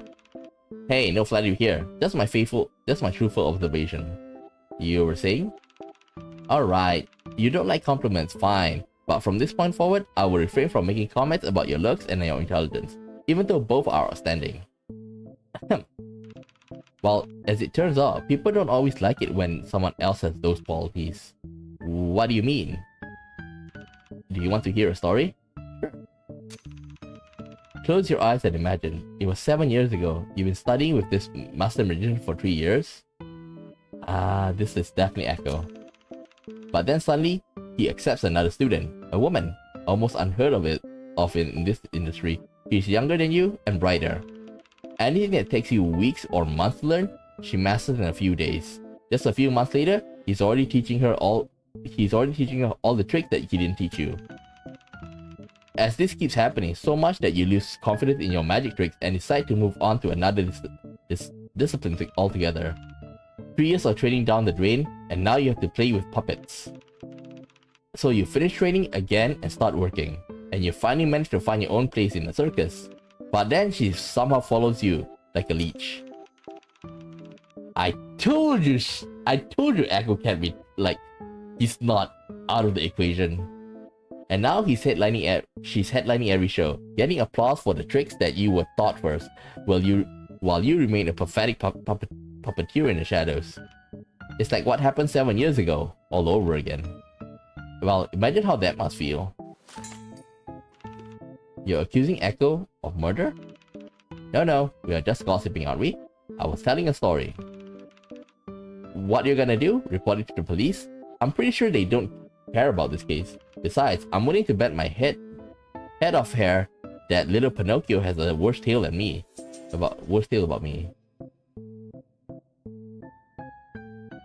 Okay. Now, first thing first, we're gonna try to unlock that. Okay? That trunk there. With a big clock, because of that I can't help but wonder. Keep noticing me eyeing the box and start whispering. Wondering what's in there, aren't you? Did you know? I don't, but I know where he hides the keys. Are you suggesting? He steps closer with an evil grin on his face. Isn't that a little... Come on, aren't you curious? Especially after that big fuss he probably made about you not respecting other people's privacy or whatever. Well, I don't want to prove him right. I promise he won't be back within the hour. We have plenty of time. Just open the box and take a quick peek. No one's going to know. No harm, no foul. I can see you're thinking about it. I got a feeling it's magician tools. If you know where he puts the key, why didn't you try to open it before? Because I couldn't reach it. What? Because I couldn't reach it by myself, okay? He starts explaining with an animated gesture. Look, there's a lot of logistics involved, okay? I couldn't reach the shelf, pull the box down, and that's a lot of movement, and he definitely noticed. If I leave a footprint on his chair, he's definitely gonna notice. Yeah, even if I wipe it clean, you underestimate his neat freakiness. The best way to do it would be to get the key, open the lid, and just look inside. But then you need to be higher than the box, which you may have noticed I am not. He is freakingly tall, and he has to use the chair. That's why we need to work together here. You thought about this a lot. Okay, even if Jip is the killer, I still like him a little bit. I've had a lot of time. I'm not any taller than you. What do you want me to do? Lift you up? Of course not. I'll do that part. Ladies first. I'll refrain from saying anything, but my skepticism must have made it clear when I add his muscle. I'm stronger than I look, okay? It's from the carrying stuff on and off the trains. So how about this? You can sit on my shoulders. I'll give you the keys. You just tell me what you see inside. I can't believe I'm seriously consenting to this. I don't think I can in this dress. Hadn't thought of that. But if you can lift me up by my legs... Oh, I definitely can. Trust me. I learned a thing or two from the acrobats I met. Now, the keys. I scan Echo's half of the room. It's so sparse I can't imagine where the keys could be hidden. Maybe inside the books? Chip flops onto the ground like a fish. He uses his leg to propel himself underneath Echo's bed. Bottom half exposed like a car mechanic. Here, got him. I hear a vague scratching sound and then a gentle clink. Chip crawls from under the bed with a messy hair and beaming smile, holding up a single key in his hand. Pinocchio thinks he's so clever. There are no strings on me. How'd you find it? It involves a gecko, 2 drunk girls, 3 bottles of Russian vodka. Story for another day. But for now, we have a trunk to open. Is this something he made up? Or is this for real? He hands me the keys and gestures for me to stand in front of the tall shelf. Now, are you ready? I don't know what we're doing and I can't believe I got pulled into this, but I guess it's too late to stop now. That's a good answer for me. He squats down, grabs my legs tightly. Alright, ready? Don't drop me. I won't. Upsy daisy. He grunts, I ascend. Whoa, you're not heavy, but I should shut up. The ground starts shaking beneath me.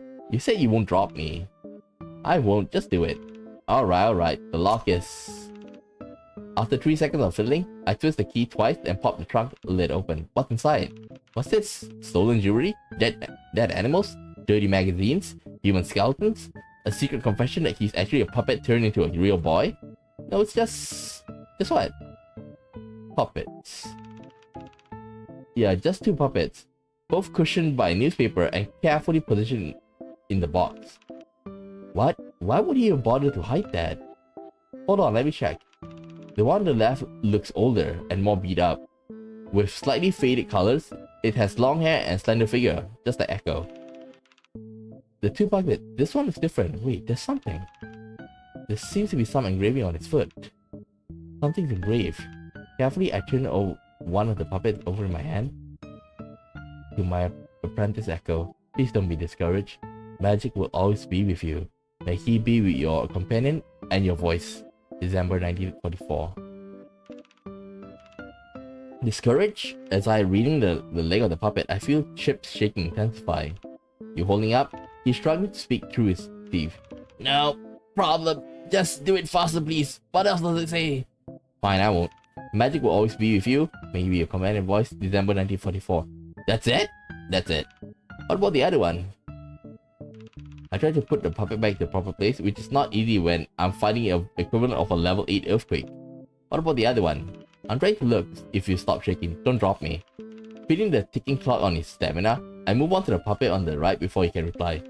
It looks similar to the one Echo is using now, with a red hair and a matching robe, but it's missing its circus symbol. The carved job is a little worse too. This one looks like the same one as he has, without the... Wait, I'm about to... While I'm holding the puppet, the ground will give up. Shit! Ouch, you dropped me. In my defense, you were taking too long. You dropped me! And I'm not saying anything about the way you wait, but where were you hiding all that? I may not be as slight as I look, but you are definitely not as strong as you claim to be. I'm sorry. You... anything broken? Just that. We're dead! The puppet is now laying face down on the ground, one of its legs detached from its body. Shingles! Chip leaped forward and snatched the puppet, turning it around to examine it. Oh wait, he starts laughing hysterically. You didn't break. Well, Golden, you didn't break it. What do you mean I didn't break it? It's its leg over there. It was already broken. I broke it actually, like 4 years ago. You broke it? Well, let's talk about it later. Just put it back before he shows up. Please don't drop me this time. I'll try my best. I return the puppet to its proper home, and Chip sneaks the key back under the bed.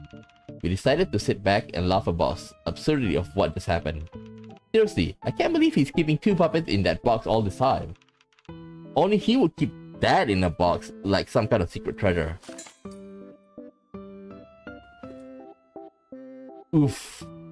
We should not... Oh. Fuck. Why? Why did you want to go and get that? Why? Yeah. You idiot! Chip Flash Collection. What do you tell me?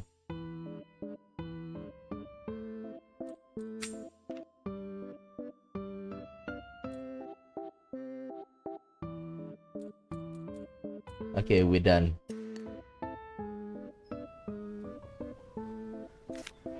Okay. Let's ask about the secret apprentice. Do you know Hattie had an apprentice? Apprentice? Who? I don't know. This is the first time I heard something like that. Hattie's only a few years into her career. And she's doing taking on apprentices? She has decades left in her career. It makes no sense. Okay, there's a contradiction. Most likely, it's Chip and Echo's jealousy. I don't see it.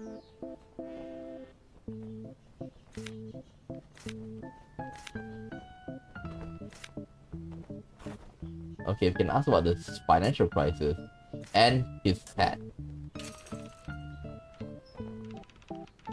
You have both antiques and brand new designer items. They must be worth quite a lot of money.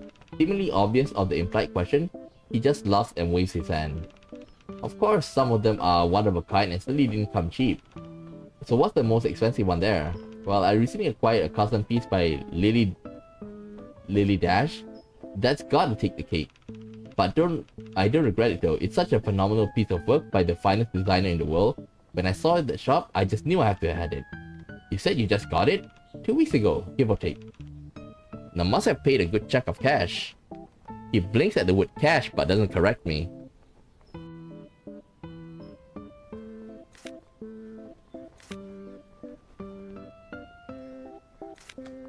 Okay. Contradiction. Financial crisis. And expensive. Oh, come on.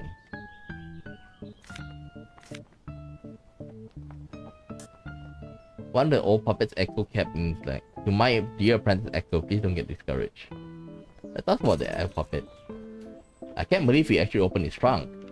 All that effort all we found are a couple of old puppets. How disappointing.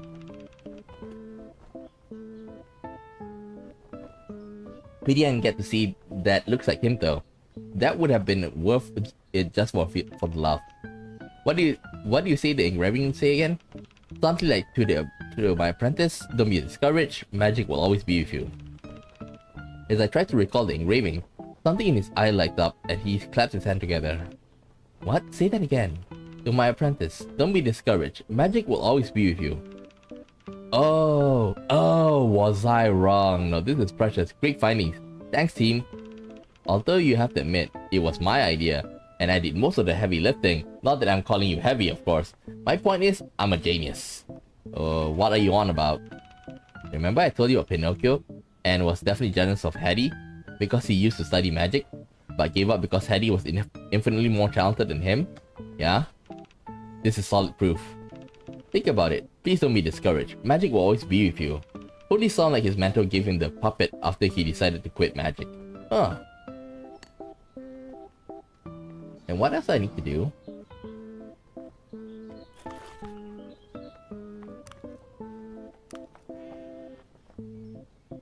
There's a contradiction. I don't know what is it though.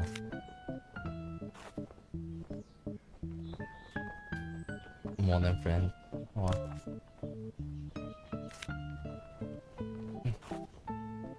Tell us a bit about Echo's jealousy. How do you know about what happened between Echo and Hetty 7 years ago? You didn't know them then, correct? Shh, I have gathered information I could use against my nemesis. Your nemesis being Echo? Hetty? Or both? Well, I'm talking about little Pinocchio, of course. Hetty was just a bonus. If you admit you see him as the enemy, how would I know your information isn't biased? Please, as if Bossman is ever wrong. You learned about it from Moses? Yes, obviously. From what I gathered, Moses knows their mentor, which is why little Pinocchio ended up working here as soon as he completed his apprenticeship. If you don't believe me, go and ask Pinocchio. Started out a magician, and did he switch to puppetry after Hetty joined? Put the pieces together, and it's not too hard to guess what happened, isn't it? Maybe I should find Moses to verify, or I can go to Echo himself about his side of the story.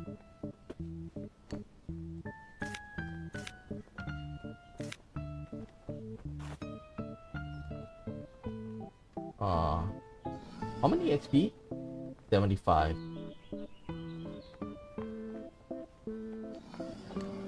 Okay. We need to go.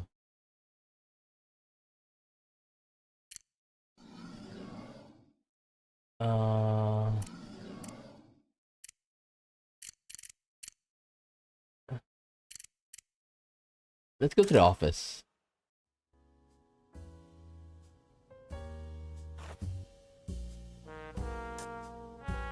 Okay, let's get Echo's jealousy. Oh no. Old puppet. Oh no, I definitely don't want to know that I snoop into someone else's board video then. And I don't think he would like it too. Okay. Let's ask about Echo's jealousy.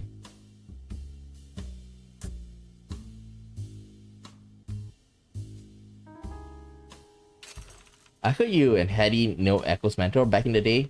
That's right. So is it true that Echo used to study magic? Huh? He pauses, squinting his eye for a second. I think so. It's been a while. Right, I remember at the time before Hetty joined, Echo was the only apprentice, and he was learning everything, including the magic tricks. So why did he stop? Why? I don't know. You have to ask him. Besides, ventriloquism was like also something his mentor did, but it's not like he stopped. More like he chose a specialty. Have you ever seen him perform magic? No, not that I think about it. I've not. So he just stopped. I'm not sure what you're getting at. Did this change before or after Hetty joined as an apprentice? It was around the same time. Yes. Wait. I don't believe that he stopped because of Hetty. Why would he? That doesn't make sense. But it's certainly curious that these two things coincided, isn't it? I suppose there must be a more reasonable explanation. Perhaps we should ask him. If he really did, he wouldn't tell me the truth. But for what it's worth, I really don't think it's that complicated.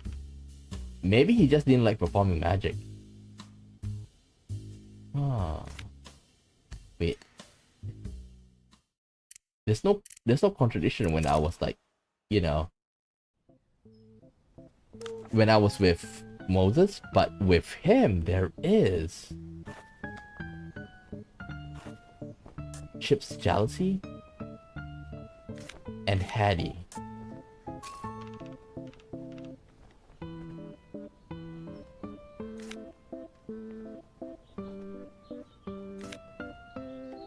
There's a contradiction.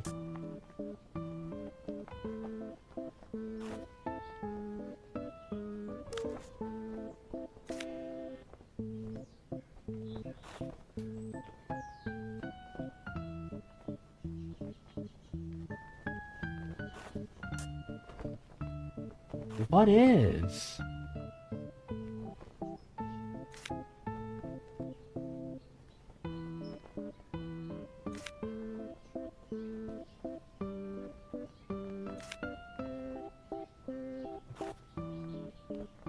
Chip's jealousy?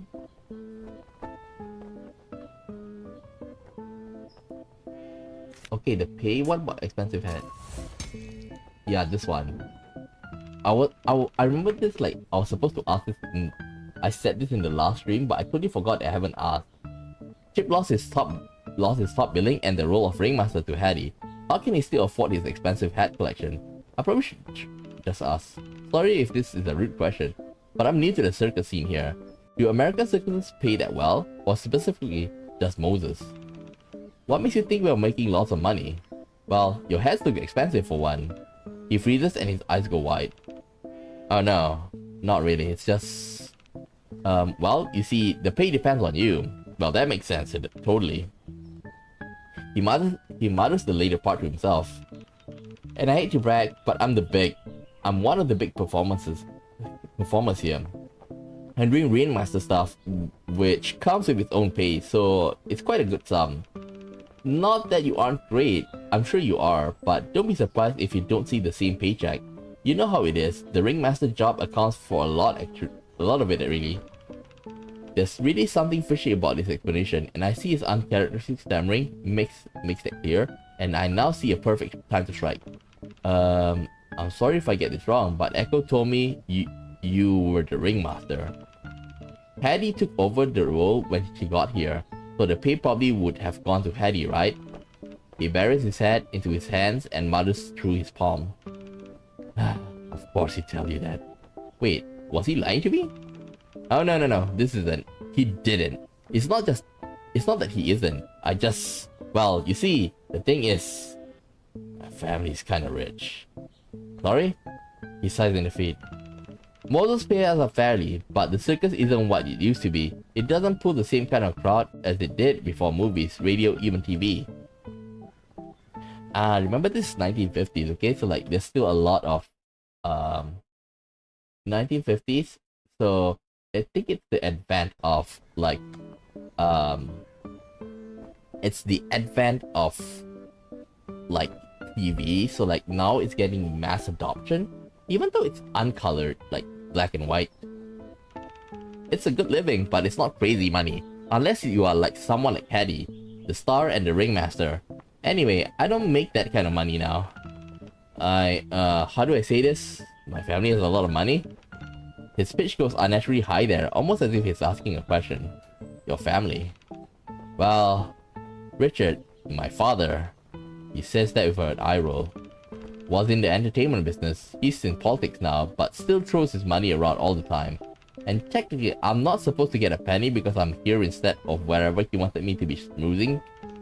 But who cares about him? And my mama sends me money sometimes when he doesn't notice. She hasn't found a chance to recently, but that dash hat, I kind of just put it on her account. Your mother has an account at the design store? Well, yeah, she was an opera singer back in the day. So that explains like how he was training. Like, that's like he know the training when he was like hanging upside down just now. He's friends with all the designers back in the day, I guess. I was too young to know back then. Wait a minute.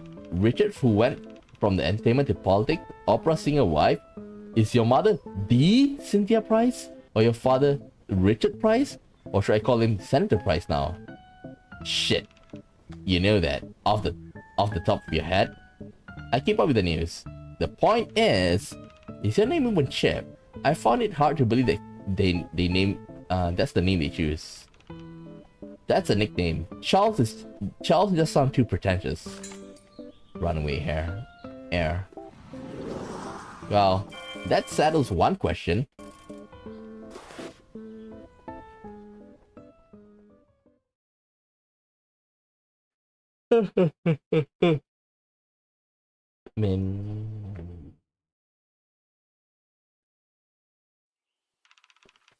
I walk outside considering where to go next, but a quiet voice behind me interrupts my thought.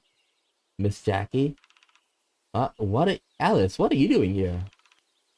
I was asked to pass you this letter. Letter? By whom?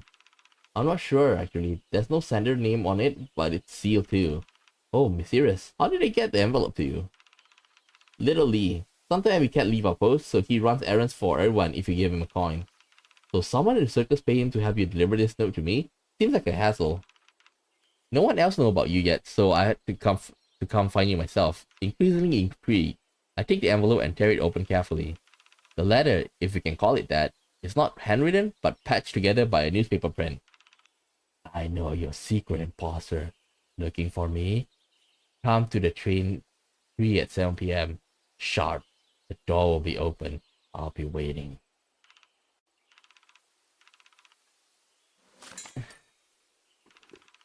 There's no name or signature. Not that I expected either.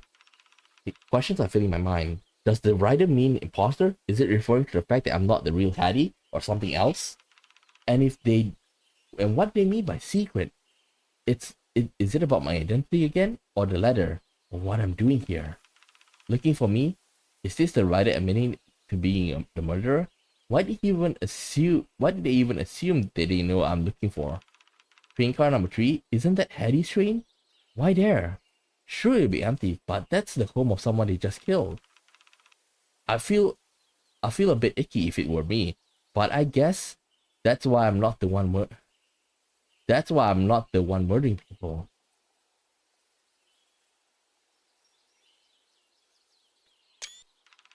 And the door will be open. This mysterious person must have a key or a way to open the door, right? Holy shit.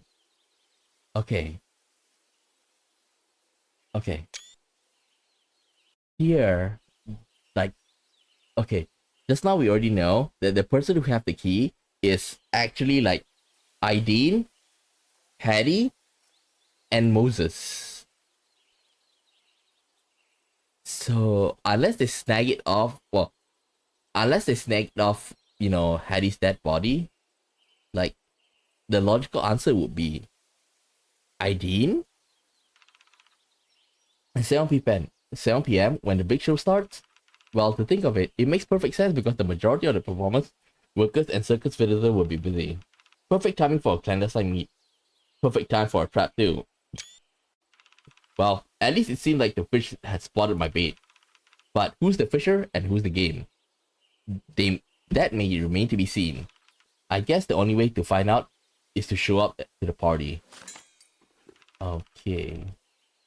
I closed the note quietly, Alice watching but carefully averting her gaze from the paper.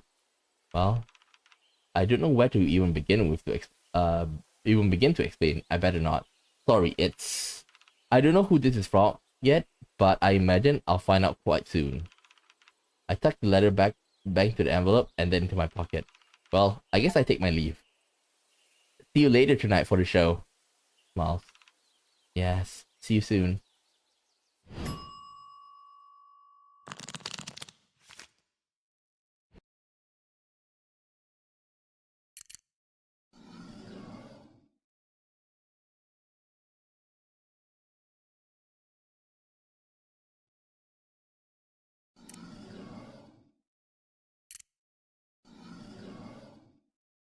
Alice and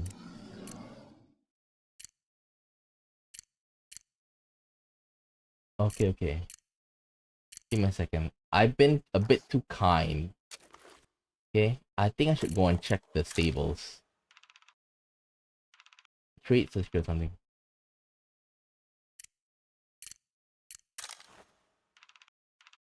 Okay. I need one. We don't have rolls though.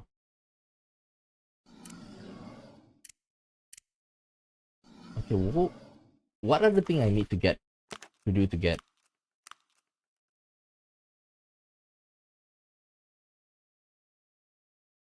Okay.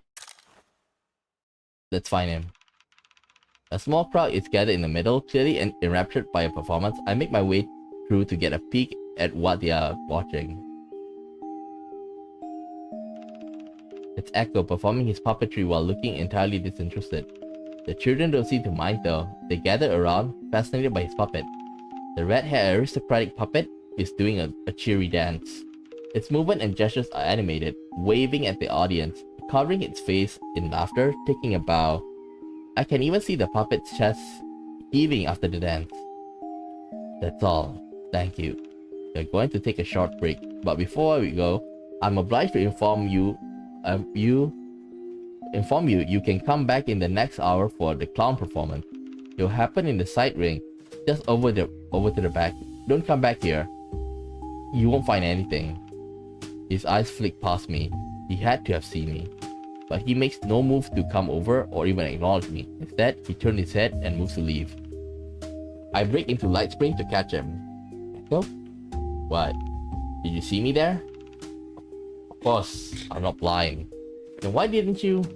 If you wanted to talk to me, you stopped me, and here you are. So, I just saw your performance there. How many shows do you have scheduled in a day? Why do you care? Do you ever give a straight answer to a question? Does my conversational style bother you? How unfortunate. I should hope for the day when someone would just answer yes when you ask them if they kill the victim. Would make your job so easy. See, you just did it again. Like, I don't think he killed. Like, he's, you know, I feel like he's the secret apprentice, and like he accidentally killed Hattie. Okay, but before that, let me go to the toilet for a while.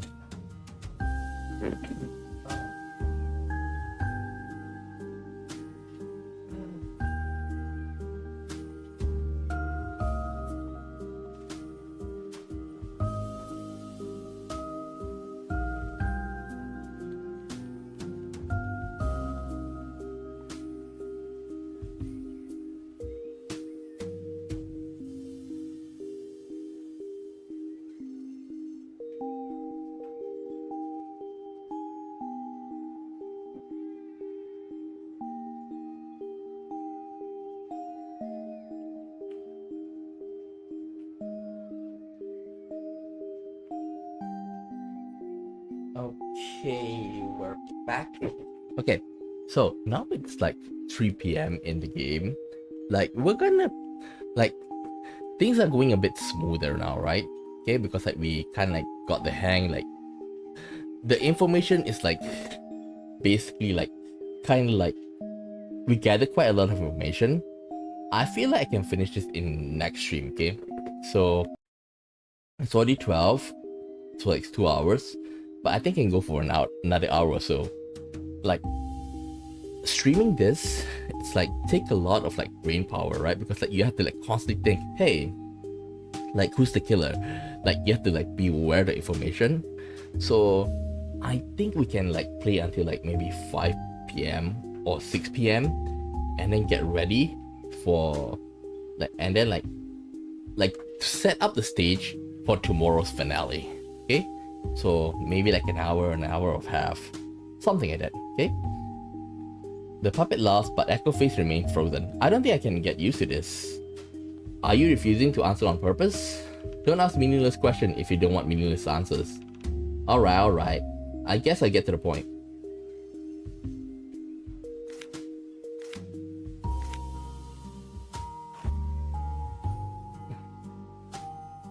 Okay, before that,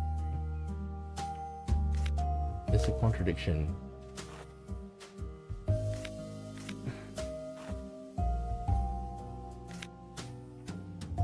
There's a contradiction.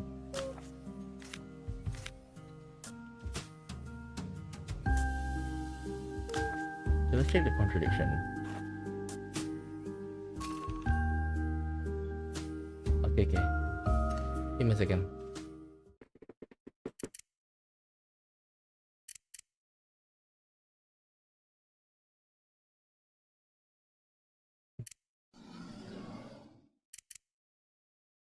Okay, let's go to the train car number 2.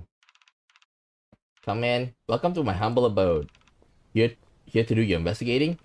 Hit me with the question. I'm happy to help. Okay, let's check. Cheap spicy hat collection? What's the deal with him and hats anyway? I can't imagine spending that much money for a little fabric. He's not even going to the opera.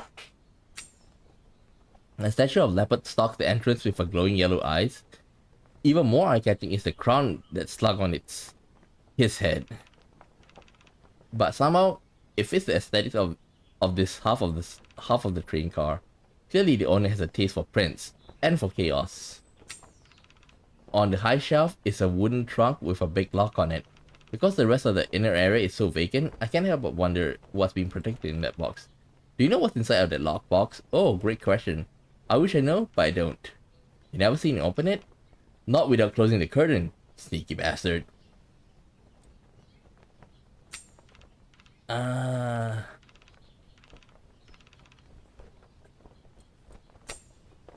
a single solitary shelf atop the wall with a small collection of books. I walked closer to check out the titles. Some classic novels, a couple of Shakespeare, and even a collection of works of Edgar Allan Poe. Looks like the owner has an eclectic taste. A woodworking table with a variety of neatly organized tools. I think I read this before.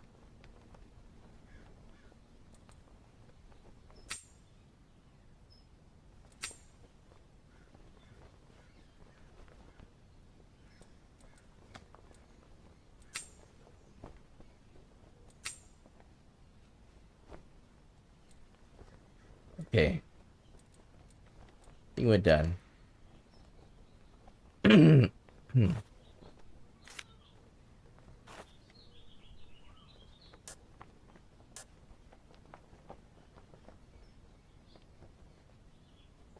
uh, a collection of shoes found in trader. ID in yen. The file has a wide range of size 7. Oh, I think I need to ask. Um, I need to ask, like, Yan about this. Like, when we talked to ID, she didn't say anything. And, like, based on the note that we got for Jackie, I think Aideen could be the one, though. Well, she might just be pissed at, at Jackie.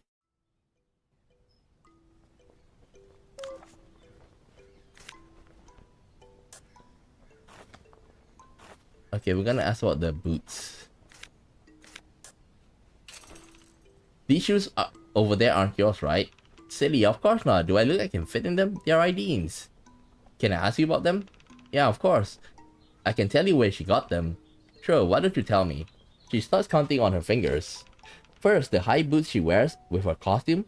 I think Alice bought that pair when she was doing this costume. She wears those the most. And then and then there are pair of black low boots with thin heel. Those are old. I think she has always had those, even before I came to the circus. They're for going out. There's a pair of red high heels.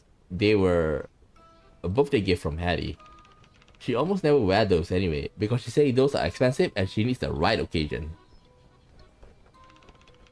There's a pair of new white flat leather shoes she got a couple of months ago, because the one she had before broke. And what about the white Oxfords? Wait, that's not all of them. There's a pair of rain boots she got with me when we went shopping. We both have a pair. Hers are blue and mine are purple. Okay, good for you. Yay, matching rain boots. But the Oxfords, are they new? Yeah, she got mud on them before, though. She tried to clean them, but we don't have the extra water. Good, the mud. When did it get on there?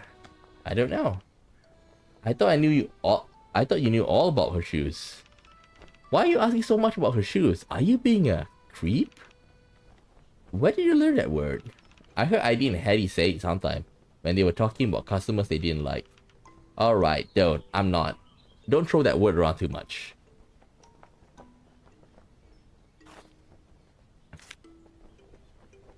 Okay, there's nothing to contradict here.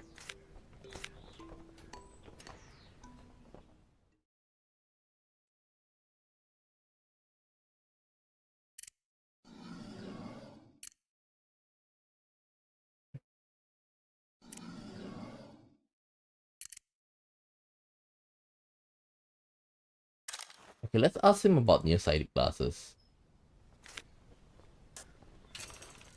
Have you seen this pair of glasses before? Huh? I haven't, and I would remember. Who wears glasses in the circus among the main cast of performers? No one, unless you can count Moses. Where'd you get them? It's a long story.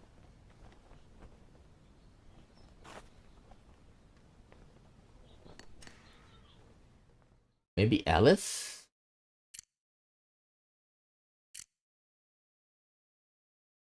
I don't think Yan is though. But we need to corner Alice. When I entered the tent, the sight startled me a bit. It's dark inside, most of the lights have been turned off, and the thick tarp of the tent block out every bit of sunlight that threatens to seep through. I have to blink to get my vision adjusted to the darkness inside. Standing in the center of the ring, face dimly lit by a ring of soft lights, is Ideen.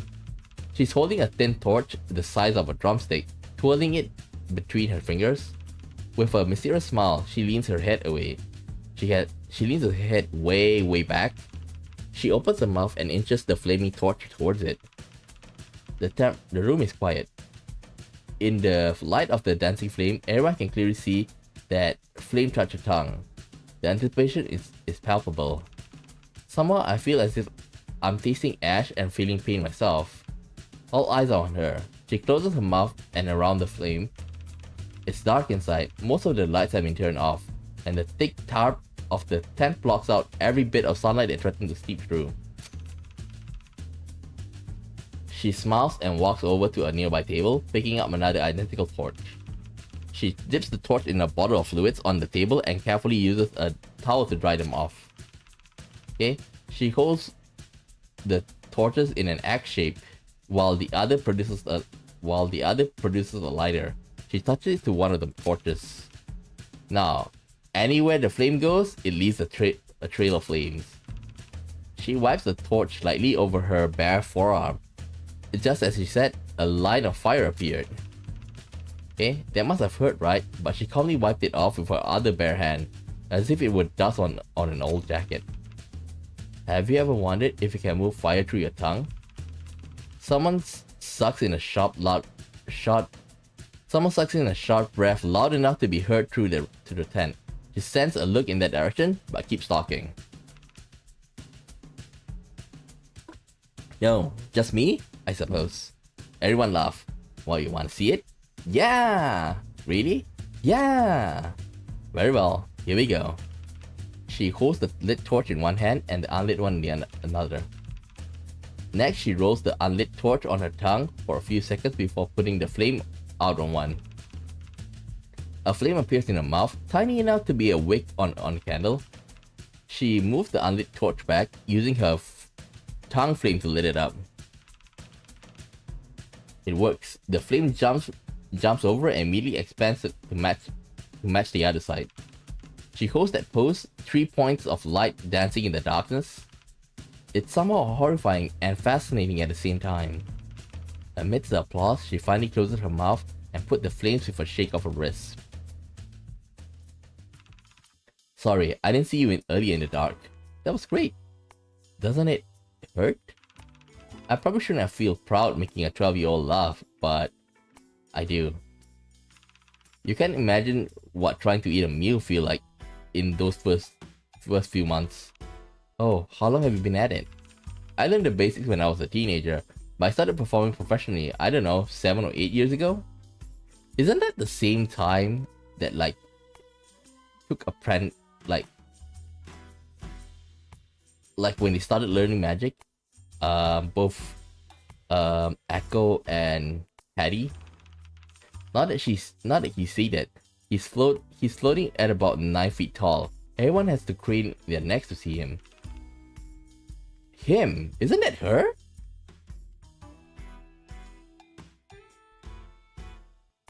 Not that he's seated. Ooh. Trying to guess my age? I was when I first started performing. I'll leave you to do the math. What does it taste like? The fire is just fire. It has no taste. What registered on my tongue is mostly just gasoline. A little bitter, a little sour. If you close your eyes, maybe you can mistake it for alcohol. Are you supposed to drink that? Isn't gasoline poisonous? Only slightly. In all seriousness, no, you should not drink it.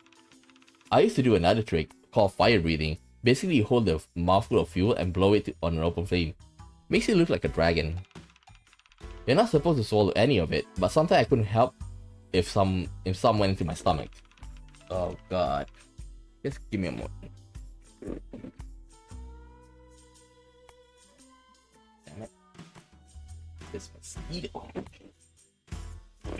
mosquito right now.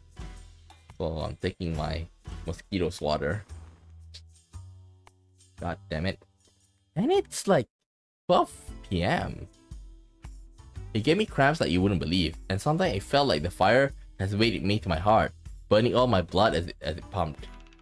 I had to drink 2 liters of milk every day. Apparently it soaked up the gas. That sounds horrifying. You stopped, right? I stopped, but not for that reason. I stopped because another performer I knew was doing the same trick in the park one day, and a gust of wind came out of nowhere. The fuel he spat out went straight back into his face. Oh god. He didn't die, but he ended up with burn scars all over his face and neck. Call it vanity, but I stopped after that. I'm glad you did. Me too. Besides, I can't do it in a circus tent anyway. Too much of fire hazard. I don't want to make it sound all bad and terrifyingly. Honestly, those aren't even the worst parts. I think that only succeeding in making me more terrified. You don't want to make it sound terrifying, but those aren't the worst parts? You will never guess what the worst part is. Health. What? The burping. Oh god, the burping. I'll be in the middle of a nice candlelit dinner date, and all of a sudden, burping gasoline. Can you imagine? Talking about breathing fire like a dragon, I sounded like one too. We look at each other and laugh. You're right, I would have never guessed that in a million years. After the laughter subsided, she was a little quieter. Hey, I mean, an old lover of mine used to complain that I tasted like fuel all the time. You know what I said? What did you say? I said, that just means my kisses are fiery. That should be funny, but something about the way she said it a little quiet and melancholic makes me hesitate to respond. She seems to realize it too, and hastily switches topic. Anyway, it's more fun than you think, and the coolest party trick ever, but probably not something you should do every day, for the rest of your life. One day, probably not long, I will have to figure something else out. Especially now that I have someone I need to take care of. Does she mean Yan? I see. I want to see her grow up, and I can't do that if I have too much gasoline in my blood and ash in my lungs. Still, it'll be sad to let this go. We sacrifice some things for we love more. Yes, that's right. Anyway, sorry I've been such a downer. The performance was still fun, right? Did you need me for anything else? Oh, I do, yes. I have some questions. Okay. This is a contradiction.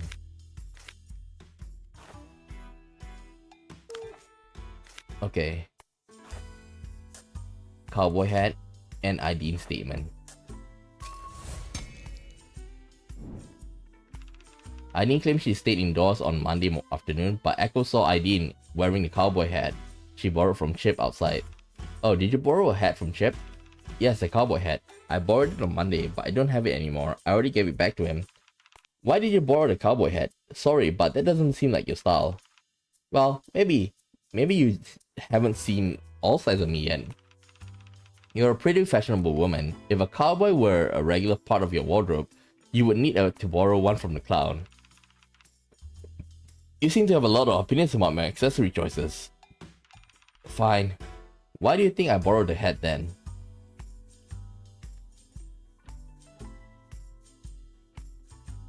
You were trying not to be recognized. Maybe you just needed something to conceal yourself. I imagine the hair is pretty recognizable anywhere in the circus. So if it were me, I'm trying to go out and do something discreet, I'll find a way to hide it too. Perhaps that was the plan. Sometimes being different has its burdens. But unfortunately, it started raining on Monday afternoon, so it didn't go out. I stayed in with my sister like I told you. So it wasn't you Echo saw wearing a cowboy hat and coming back to the trains around 7? He saw me? He didn't say anything? Right, the hat. He thought it was Chip. Well, that wasn't the plan. But let me ask you again. Where were you between 5 to 7 PM on Monday? You're right, I wasn't in my trailer. But I wasn't with Hattie, I promise. I went out early in the afternoon before the rain started. I think it was a bit after 3 in the afternoon. Was there anyone else with you? Yes. Rolf? I was with Rolf the whole time. We were planning to take a walk around the field, see the countryside, but we didn't realize it was gonna rain, and so when it started, we were stuck under a tree for a while. We were hoping it would stop quickly, but it didn't. Okay? So that's what happened to the shoe. Like, I was like pretty sus about that. When the storm finally eased at a bit around 6:30, we decided to start to walk back. We got home at 7. I went straight to my trailer. The rest is all the same. Echo came knocking not long after. I went with him and informed the others. So if I ask Rolf, he's going to corroborate the story. Sorry, I asked him to keep it a secret. If you told him what I just told you, he'll tell you the truth. ID statement. Okay. There's another contradiction though.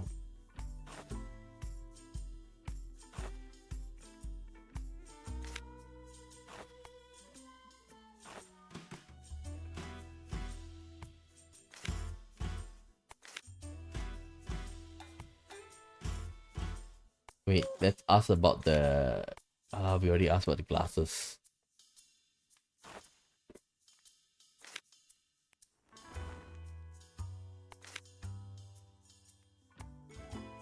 There's a contradiction here.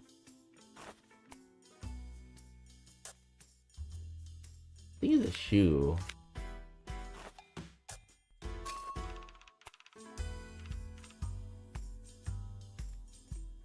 There's another contradiction here.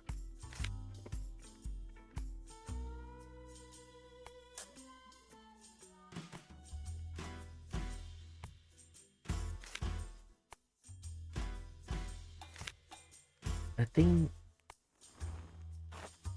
shoe and time of death.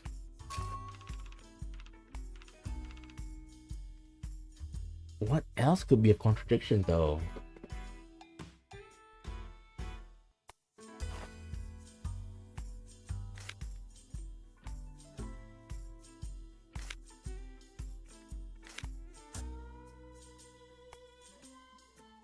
Something they have to do with her.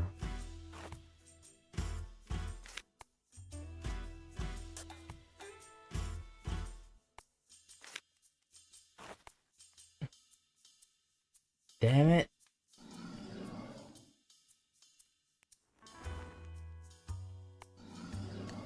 Okay.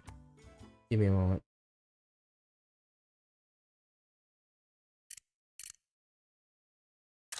Let's ask him about the glasses.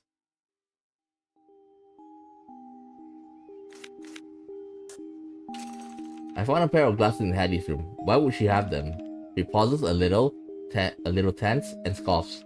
Why would I know? Does Hattie wear glasses? No. Did she have any problem with her vision? No, that's ridiculous. I'm surprised by the intensity of this denial. Have you considered they were just someone else? Then why would they be in her room? Maybe someone left them in her room, and she intended to return them later.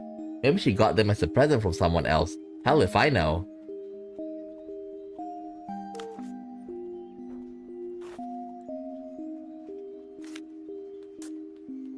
Let's see.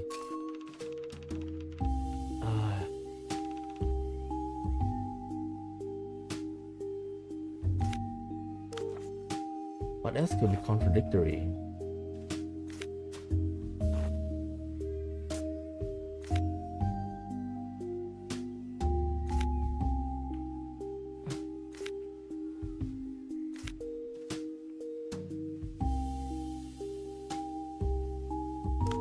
Oh god, okay, never mind. Just a moment. Maybe we need to go and see. Okay, we can't contradict here. Take a look at that.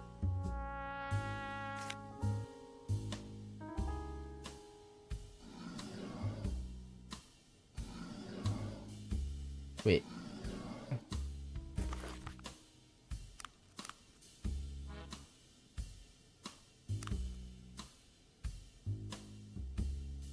Shit. No, it's not contradiction. Okay, let's talk about the train key. So about this key to Hattie's train car. Where'd you get that? It's a long story, but this is her spare key that was in her room. I didn't get it from anyone. But how did you get into a room if you didn't have the key? Well, you know what? Never mind. I don't need to hear it. I was wondering if you know who else could have a copy of the key. Who else?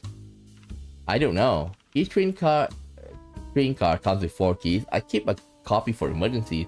I gave the other 3 to the inhabitants.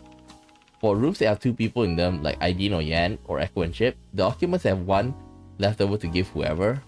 But since Hattie has the whole room to herself, she has 2 spare keys. I have no idea who she gave them to. She kept the spare one in her room. I see. So obviously she needs to keep 1 for herself. Wait a minute, if she had the key on her when she died, does that mean... Did you find the key in her belongings? No, I don't think so. Not in my obvious bags or pockets. Then the killer may have it. It's a possibility. Okay, I think that's very important information to have. Damn.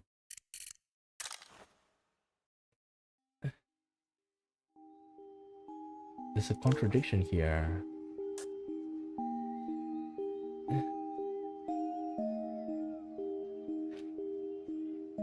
Echo statement and Chip statement.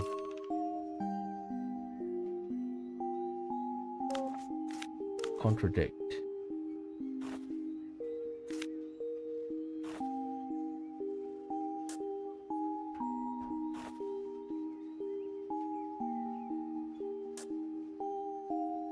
Oh god, I don't know what to contradict it with.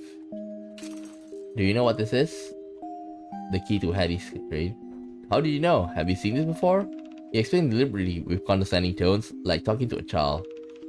I live in one too. The only difference between them is the tag. Different colors for different trains. Yeah, that makes sense. Do you know who has been to her room after her death? Has anyone? Why would I know? Because they live in a train car too? I've seen anyone go in and out. She usually locked the door, so anyone would need a key likely key to go in. What about the magician Moses hired? The pretend Hattie. Where does she stay at? Wherever Moses put her, I don't know, but not in Hattie's room. Not yet. If she's going to travel with us forward, Moses will probably give her Hattie's room. He already given her Hattie's clothes.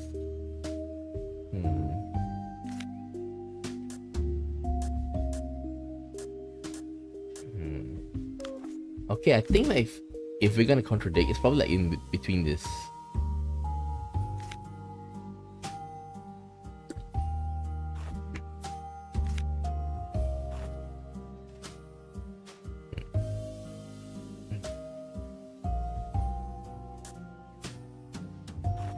What could it be? Okay, let's see. Can we contradict? We definitely need to like echo statements here, right? To stables back room to find Alex the cruise on the scene.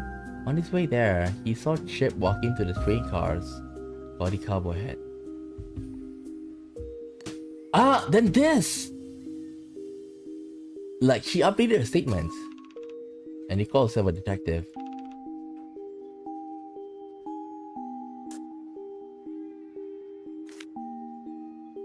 What else? What can we contradict?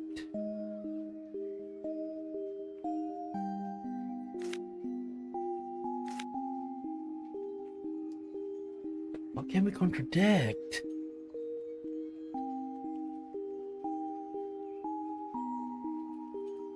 What can we contradict?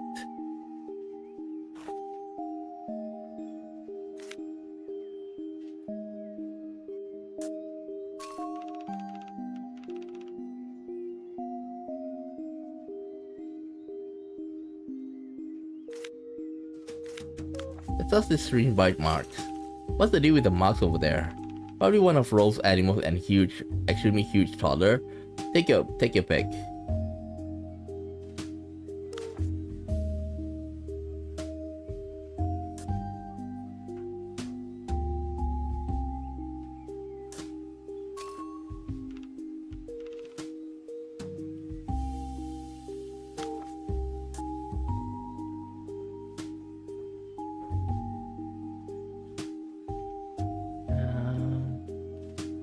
Walking alone on Monday night when he was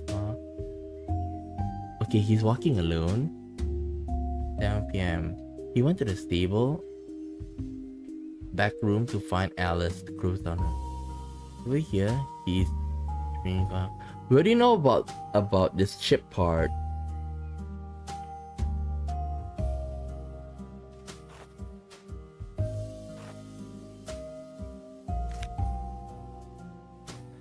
Oh God.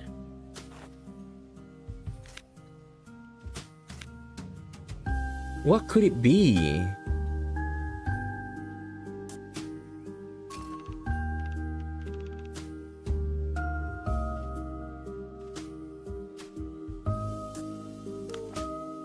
Mystery attack and the leather wallet?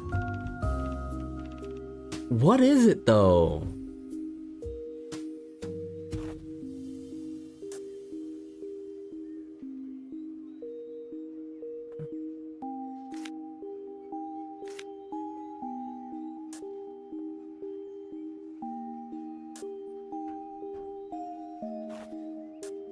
Okay. I'm really not sure right now. I'm using too much of my brain power right now. The knife throwing act, that's awesome. Are you familiar with the knife throwing act that Hattie performs? Not in particular. Really? Why should I be? I don't care if she parades around the stage with knives or axes or tweezers. It has nothing to do with me. Is it true no one else in the circus can do knife throwing? Can you? No? Then why would you expect us to be able to? And before you ask, no one in the circus can walk on wire besides Yan. No one can eat fire besides Aileen. I get the point, thank you. Damn it. What's the contradiction? Shit. What's the contradiction though? Oh my god. Oof.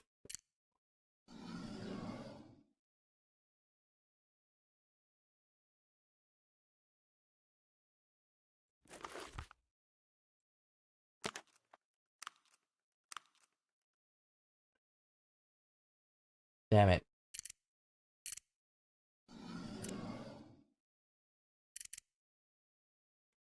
I need 25 more XP though. Where can I get it?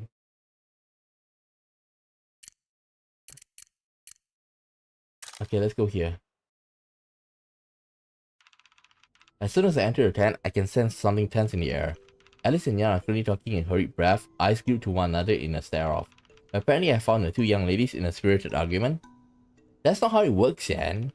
Unhappy with how she has to look up at Alice in confrontation, Yan huffs and jumps on the sofa, continuing the argument. It's stupid. You're just being ridiculous. And you are, like, old. Why do you care about this stuff anyway? Because... Yan puts her hand behind her ears and leans in. An insulting challenge. Come on, because... Alice opens her mouth, but nothing comes out. She stomps the ground in frustration. How did Yan manage to get her so frustrated? They both turn towards me, still side-eyeing each other. Sorry, I don't want to interrupt anything. Don't worry, it's not important. It is. I'm going crazy. I don't know I'm having this argument for 12-year-old. I'm 13. Just why? Yan puts her hand on her hip indignantly and talks straight to me. The point is, Santa's not real. Also, Snow White's and Cinderella and Peter Pan. It's the other way around. No, I don't think so. She turns to Alice in a whiplash and squeals in such a high-pitched voice that they could have broken a mirror. See? We were having an argument about fairy tales? How did this even start? I said fairy tales are stupid and she got real mad about it. I'm not mad. Oh yeah, because like, I remember like, that she's very particular about, you know, the circus and I thought that it's like magic. She sounds ever so convincing speaking through the clenched teeth and flushed cheeks. I didn't even say they are real. I know they aren't. Huh. But, you know what? I'm gonna From the anger or the panic, she sounds a little out of breath, even though she hasn't moved at all from where she was standing. She takes a moment to catch up her breathing, and then makes some kind of determination and sets her foot down. I know they're not, they're just stories. I like them, okay? What's the point of arguing about it besides being mean? I used to have a book, and I wanted my dad to paint the castle on my walls, but he laughed too. Yeah, it's so funny. Laugh, I don't care. I can paint my own walls now. What if I believe them? People do that all the time. With liars. With luck. With magic. With Hattie. Sometimes people just need to believe that their life will be a little better. But we're not stupid. And so what? What if they're not real? The Bible's not real either. Eh. Well then, the Bible's stupid too. Whoa. Let's not get blasphemous here. You don't mean that, right? She glanced at me from her high perch on the couch. Okay, let's get back to the topic. I think Alice is right. There's nothing wrong in believing in fairy tales, or not believing they are real, but just have faith in them. But you can't even see Santa or the fairies. There are plenty of things we can't see that we have faith in. Yes, religion is one, and our country, and love between family and friends. And how about the air? You can't see it, but you trust you trust it's there so you can breathe, right? That's stupid. Come on, isn't there one thing you believe in? Are you telling me you never believe in fairy tale, even just for a second? Yan getting less angry now. Her lips are still pursed, but they are also quivering. When I was little, Mama used to read Grimm's fairy tales to me and my brother. You have a brother? No, shut up. Alice raises her hand in mock surrender. And our favorite was the one with the brother and sister. They found their way back from the woods with a candy house. I can't remember the name. I can't believe I don't remember. She's getting frustrated herself now, knocking her head with her hands. Hansel and Gretel. Yan looks at her in surprise before reluctantly nodding. Yes. We used to ask Mama to tell it every night before bed. I can't believe I forget the name. There's a brother and sister. They're so smart. When their stepmother convinced their father to abandon them in the woods, they made a trail with pebbles and found their way back. But the stepmom locked the door second time that they wouldn't get any pebbles. So their father left them in the woods again. And there was a house made of candy, but the candy house was just a witch trap. The witch was trying to eat them, but they found a way to kill the witch instead. And they ran back home, and the stepmom instead. And they got all the witch's jewels, and they have the money and live with their dad, and they live happily ever after. It always ends like that. And then Mama died. We got a new stepmom, and we started always keeping a bunch of pebbles in our pocket so we never get lost. It's the perfect plan, my brother said. But Father didn't take me to the woods. He sold me to someone else. And I was alone. No Hansel. Because of course he's gonna sell Hansel. Because Hansel is a boy. I still have pebbles in my pocket. But then those people took me on a boat. And what good are pebbles on the water? They just sink. I never find my way back. And the whole story is stupid because if Gretel can't find her way back, why would she? Her father wanted to leave them in the woods just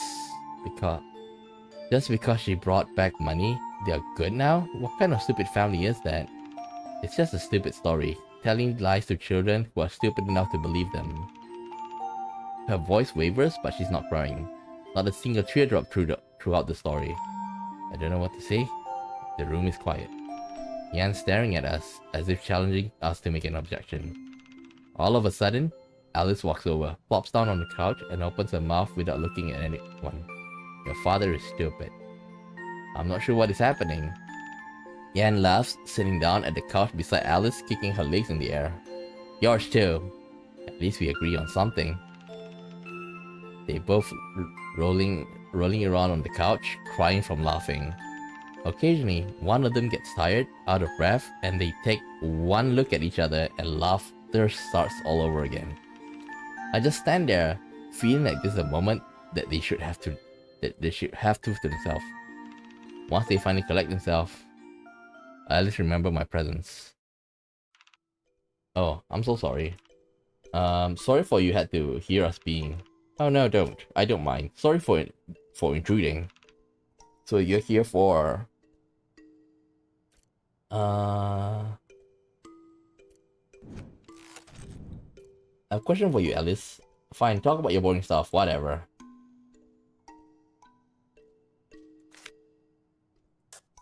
Anonymous letter. You should give it to me, I have no idea what's inside. Showing her what's inside would be a bad idea. If the sender found out I've shown to anyone else, they might get spooked and not showed up. Okay.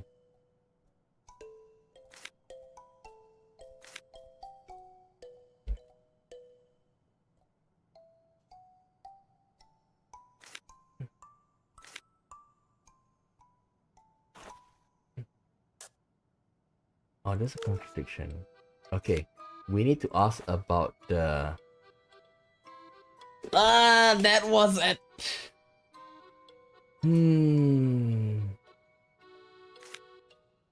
That was with the detective. God damn it.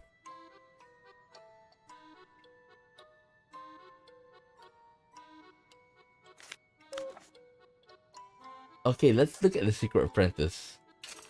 Have you heard anything about Hattie having an apprentice? Hattie? Apprentice? No, I haven't heard anything like that. Okay.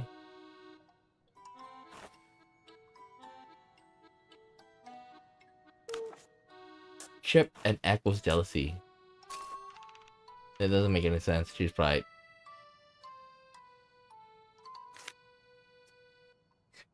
The contradiction should be between these two, though.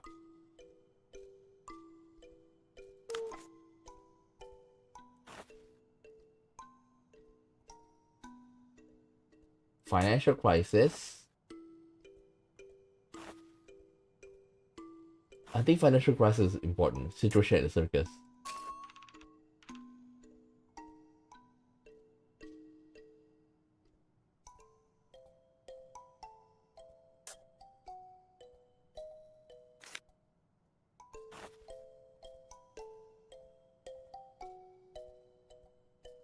What? She was the first one, okay? Okay, irreplaceable. And Hattie's big plan. Sure, I know that Hattie had already planned to leave, so the circus would have had to replace her eventually. But whether the replacement is necessary doesn't contradict whether the replacement is possible. As a side note, what did Hattie plan to happen to her position after she leaves the circus? Did she even have a plan about it? Who would be the person most likely to know about this? Yeah.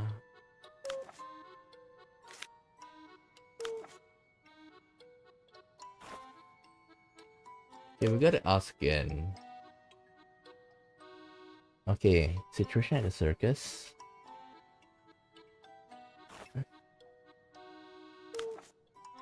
Situation at the circus.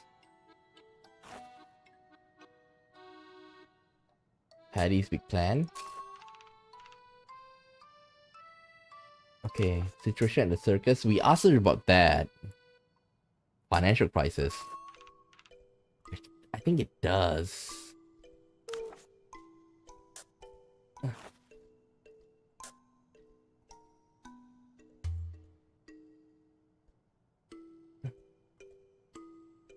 Okay, I don't know what. Like, right now I'm kind of like stumped.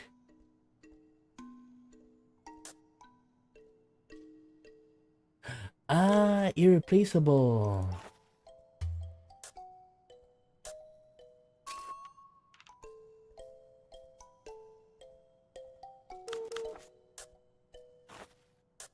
Secret Apprentice? Okay, Secret Apprentice. Alice said Hattie's place in the circus was irreplaceable and she was sure Hattie would agree. Turns out Hattie had planned to be replaced with her apprentice she had chosen herself. You said you think Hattie would agree that she's irreplaceable? What if I told you she had been planning to replace herself all along? Did you know Hattie was planning to leave the circus? She blinks. What do you mean? She received an offer from a TV producer to start her show on television. On television? Yes, apparently it's the future. Where did you even hear that? It's not important. No, it is. How can you be sure that it's true? What if someone is lying to put the blame on her somehow? Let's just say I'm positive. I'm not sure I can believe you. Say Hattie was planning to leave, but she couldn't leave the circus hanging without a magician, so she trained an apprentice herself to literally replace her. It's clearly she didn't agree with your assessment. Who told you that? Why are you telling me all of this? I was wondering if you knew. I don't know who the apprentice is. I was going to ask that, but that reaction was unexpected. Not a first from her, but something is burning at the back of my mind. Something to make sense of this. An unlikely answer crosses through my mind like a meteor, hot enough that I can feel my lung burn just holding the idea of it. Could it be... you, Alice? You are the mysterious apprentice, aren't you? What? What do you mean? I'm not whatever you think I am. Why would you know I didn't know who the apprentice was? Clearly you were going to ask me about it. Right, but more importantly, how did you know it wasn't me? Of course it wasn't you. You haven't been traveling with us. You don't... I told you I knew Hattie. I told you about Hattie's plan to leave, which you said you didn't know. I told you about her apprentice. You never once did explain where I learned all of that. But here I am, ready to take over the job. She just keeps shaking her head. Anyone would have assumed I was the apprentice in question, unless they knew for a fact that I wasn't. But how could they know I'm not? Because nobody knows who the apprentice is besides Hattie and, well, the real apprentice herself. And you, it makes perfect sense. You are close to Hattie, you were already assisting her with her tricks, and you aren't a performer. Yet. What I don't understand, or maybe I do, is why you didn't say anything to anyone, especially after she was killed. I wasn't ready. So you admitted you're her apprentice. You weren't ready, but clearly she thought you were. And I already said, I don't think she can be replaced. The fact that someone like her said something so harsh was already out of character, but now it makes sense as a comment more directed at herself than at me. And now here you are. Yeah, and now here I am. We stare at each other, both at loss for words. She breaks the silence first, hesitantly but firmly. It's okay. I meant it. I wasn't ready. No matter what she may have intended, she is gone before any of it could happen. Even if I don't think anyone should replace her, not me, not anyone else. I'm glad you're here. I try my best. Okay, can you do me a favor? I can try. Can you not tell anyone else about me, about who's the apprentice is yet? I don't want them to feel sorry for me, or want me to step up yet. I just want everything to go back to normal. And we're not in that equation. No one else knows what hiding.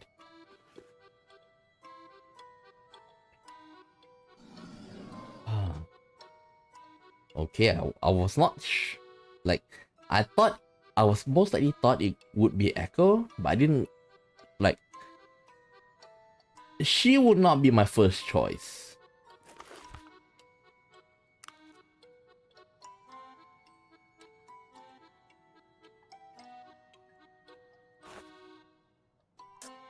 Okay, let's ask her a little bit. So you were actually the one who's been studying with Hattie all this time.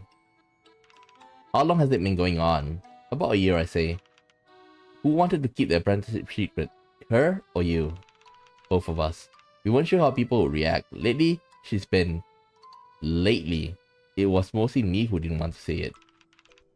How did you even make it work? No one else noticed you two were training together? She was the magician, and I'm the mechanic. We were already taking time to discuss tricks and mechanism before this. Once the trick is done, what else is there to discuss? Is she working on new things? Some things are definitely being omitted from this conversation. However, in this moment, I need to know about something else. So, have you managed to learn all of her tricks? No, I'm still practicing. But she told Moses about it. So she must have believed you were close to ready. How could I have been? They say Hattie is one of the most talented magicians ever. And her apprenticeship It took more than 2 years. Are you saying she was wrong? I think she was. She wanted to leave, so she had to say I was ready, even if I wasn't. Wait, could it be that Hattie is like hooking up with Alice after like, you know, Ideen broke up with her? There's no way to find what Hattie actually thought, but I detected a bit of lingering bitterness here.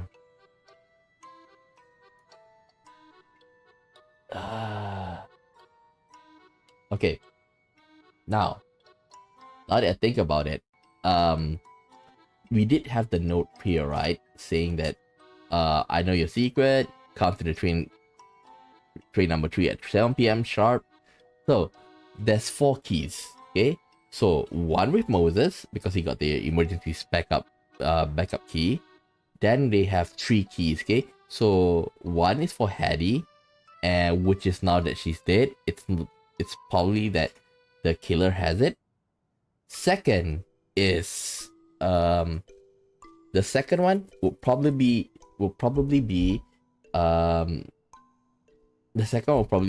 like Ideen, okay? And it could be Ideen that sent this letter, okay? And now that I think about it, okay, it could be that Alice accidentally, you know, kill Hattie, so she have the key, so she could be the one that, you know, that sent this letter, okay? And the last key is with the detective currently, okay? So it's easy to say either the killer or Ideen. Moses, I don't think so. I don't think Moses is the one that killed him, cause I think he have a quite solid alibi. Huh.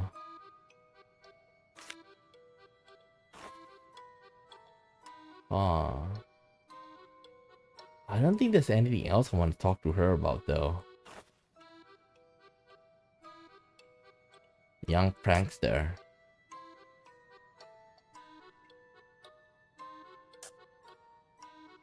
I could ask her about the young prankster. I heard Yan has a bit of a habit pranking people. Yeah. Has she ever pulled a prank on you? She tried, but didn't succeed. She tried putting glue in my paints, but I could smell it before I dipped my paintbrush in them. She tried scaring me in my sleep, but I'm a light sleeper and managed to get the jump on her when she thought she was closing in. Once she tried to sabotage her own performance gear. There's this safety rope we use when she's practicing a new trick. She was going to secretly detach it while she was up there to make me think my equipment failed. It sounds like a real stupid idea. But wouldn't that be harming herself? A sane person would agree, but God knows she didn't think like one. And to be honest, it would have given me a heart attack if that happened. How did you even dodge that one? I had a feeling it compelled me to lock her safety in place, so she didn't have the key. What the fuck? The fuck? Like, she might do something stupid. Might as well lock this. Wow, how'd you do that? Same as any other lock. No, how do you keep thwarting her plans? Do you have a secret informer? Unlike you, I don't claim to be a mind reader. I don't know, sometimes I just feel it coming. If she's staying around watching when she's really not supposed to be, she's up to something. It sounds easy, but keeping your guard up must be exhausting. It's alright, I'm good at it, I guess. And she hasn't tried anything else since?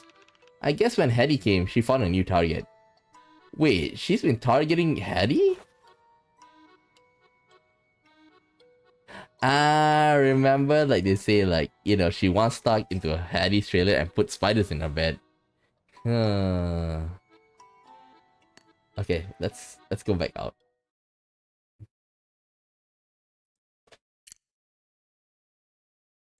I want to try the mind reading trick on her. Okay, let's do the mind reading act.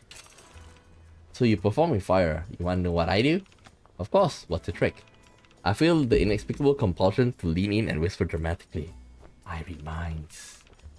Her eyes light up, although I'm unsure if it's in excitement, amusement, or disbelief. Really? How does it work? Do you just hear everything I'm thinking? Oh, I hope I haven't thought anything rude or anything untoward. You believe it? She smiles, clucking her tongue like one might when appeasing a small child. Oh, maybe I should demand to see it in action. He looks me dead in the eyes and holds the gaze. Why don't you ask me if I really believe in my reading? Well, Miss Aideen, do you? Do you really believe in my reading? What do you think? I tilt my head to the side and in a listening motion. You don't not believe it. Huh. Well, I guess that's a good enough answer. Truthfully, I wasn't really sure before you answered the question, but that's actually a great way to describe how I feel. Sometimes you flip a coin just to wait for the moment before it lands to know what outcome you don't want. Speaking of which, I've been thinking, if I had the power of my reading, I'd never tell anyone. Because if you did, no one else want to be close to you. I was going to say that it would be harder to hear secrets if people are guarded, but that too. I suppose sometimes they are one and the same. That's the power of secrets. Well, are you thinking of any secrets that you ought to guard now? You tell me, my reader. I'm doing it just for fun. Okay, let's meet Rolf. The stable is nestled in a secluded area far away. Yes, maintain some mystique around the off-duty exotic animals. Okay, we already read this. Huh? Moving right beside the stable stall is Rolf carrying a bucket and moving towards the tent in the distance. Hey! Oh hi, nice to see you again. What's in the bucket? There's some fresh beef. It's for the Peaches. Who's Peaches? Oh, he's a lion? He's right over there in the room. You wanna see? You name your lion Peaches? He scratches his head, a little embarrassed. Well, he's fuzzy. You are talking about a lion, right? So do you wanna come with me? It's totally fine if you don't. I know some people get scared. I'll just stay out here, thanks. That's fine, I'll be right back. He hurries toward the tent in the back while I wait.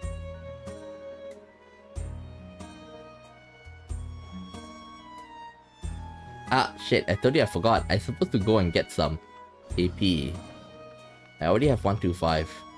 I stand in the stables, bored out of my mind.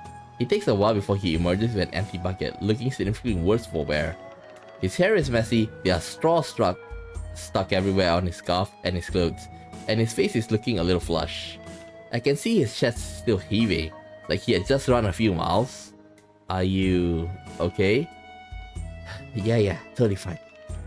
You didn't just have a cage match with a lion, did you? No, nothing like that. He still looks a little distracted, as though his thoughts are elsewhere. You mind if I ask what happened? Nothing. Something I didn't expect happened, but it's all good now. Alright, at least I see Peaches had his dinner, lunch, afternoon tea. He laughs heartily. It's his one meal of the day. In the wild, they can go for a few days or even a week without feeding. But here we try to keep him well fed. For, well, obvious reasons. Right, I thought you were supposed to feed him after he performs, like as a reward. Isn't he going to perform tonight? Yes, he is, but no. I gave him his dinner before. You know, it's like us humans. He needs energy for the show. I do give him some treats afterwards if he's doing really well. You seem like you two get along. Yeah, of course. I raised him from when he was just a cub. Has he ever bitten you? It happens. What the fuck? He's a wild animal. He doesn't understand what he's doing unless you teach him. See this scar on my arm? Some of them are definitely his work. But you learn how to read him, and he learns how to read humans. It's just how it goes in our line of work. Sorry for keeping you so long, and sorry for all that. I've been told I talk about my animals too much. No, I enjoyed it. Thank you. Do you have anything else you want to ask me about? Yes, Okay, but before that, let me just go and grab some AP first. Totally forgot about that. Okay, give me 1 extra AP. Okay. Okay. Let's go back.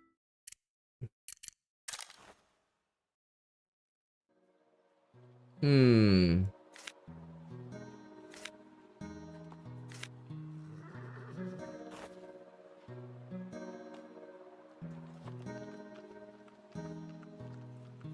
Wait. Ah! So, okay. The thing is, I'm thinking of a contradiction, but um, it's for the detective. Okay? Okay, now let me see. I want to ask him about the bite mark. Ah, shit. I think I need to go to the fair.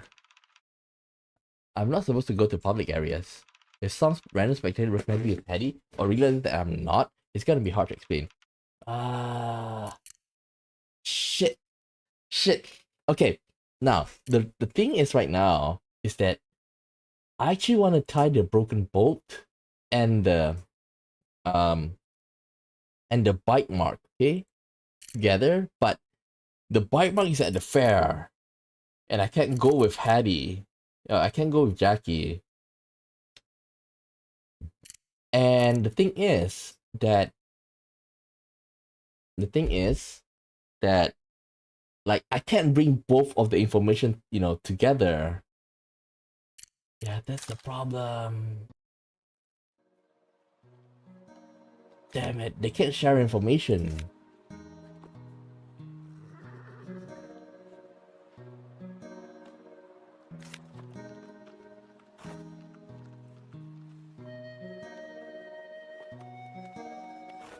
The thing. He said he and Hattie weren't close because there may have not been a thing between them.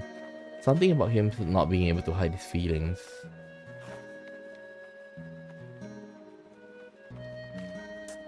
More than friends. Okay, let's ask this.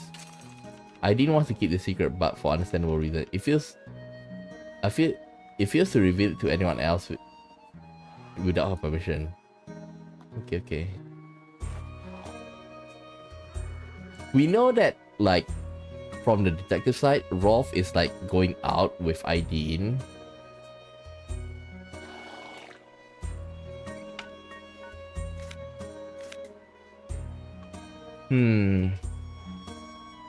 I can't show them this. I think I should ask them this. I still owe you $50 for the last ticket, and I owe you half of this amazing we made together. And I owe you another kiss, a lifetime of kisses.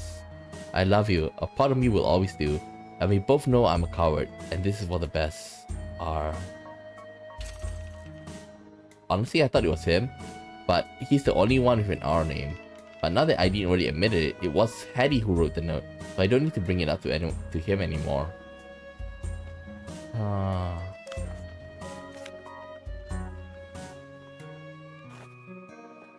Okay, just for fun, let's ask about the young prankster. Has Yan ever pulled a prank on you? It's not that big of a deal. I don't want you to think of her as a bad kid. She's not like that. I heard she put a spider in Hattie's bed. Yeah, but it's all harmless. Harmless? It's a spider. I totally understand why Hattie would have freaked out. What? What do you have against spiders? They're great, and they are usually not trying to harm you, just minding their own business, eating flies and stuff. But then, they get screamed at people, or people try to catch them to scare someone else. Poor spiders. I can't believe that's where his sympathy lies. I hope Hattie didn't kill Zuzu. You know the spider's name? Yeah, Yan found it with me, when I had to clean a cobweb on one of our animals' cages. And you didn't think, gee, I shouldn't let the famous pranksters leave with a giant spider. I thought she wanted a pet. A pet would be a cat or a dog or a rabbit. Hell, she's in a circus. Get her a pony or a baby elephant. Not something with 8 eggs and 6 eyes. Sorry? You sound mad. She didn't scare you with the spider, did she? No, and I pray she never does. Alright, I'll try talking to her about that. Although I doubt she'll listen to me though.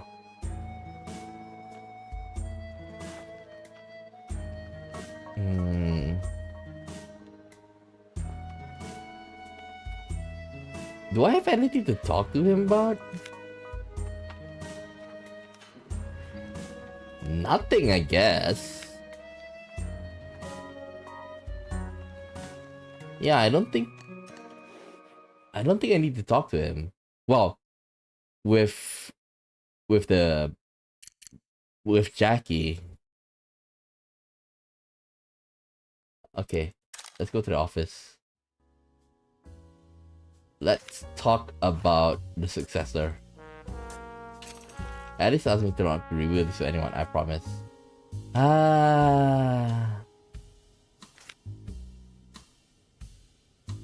Let's talk about the broken bolt to him. Have you been to the stables recently? Haven't got a chance. It's been a real chaotic week. What about the stable? Well, I just saw one of the bolts to the stable is broken. Alright, the horse escaped. We've gotten complaints. Who complained? The vendor, of course. His holding the fair was chewed out by the horse. Right now? Right, now that you mention it, we need to fix the bolt before we leave. Have you asked Alice about this yet? Not yet. Do you need me to mention it to her?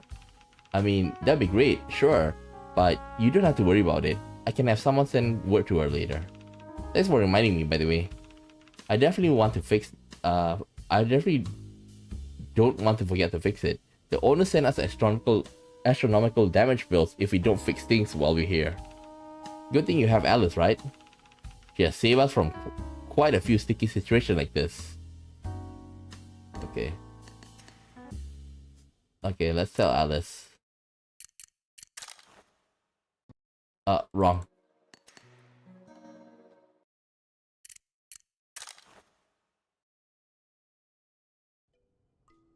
Okay. Shit.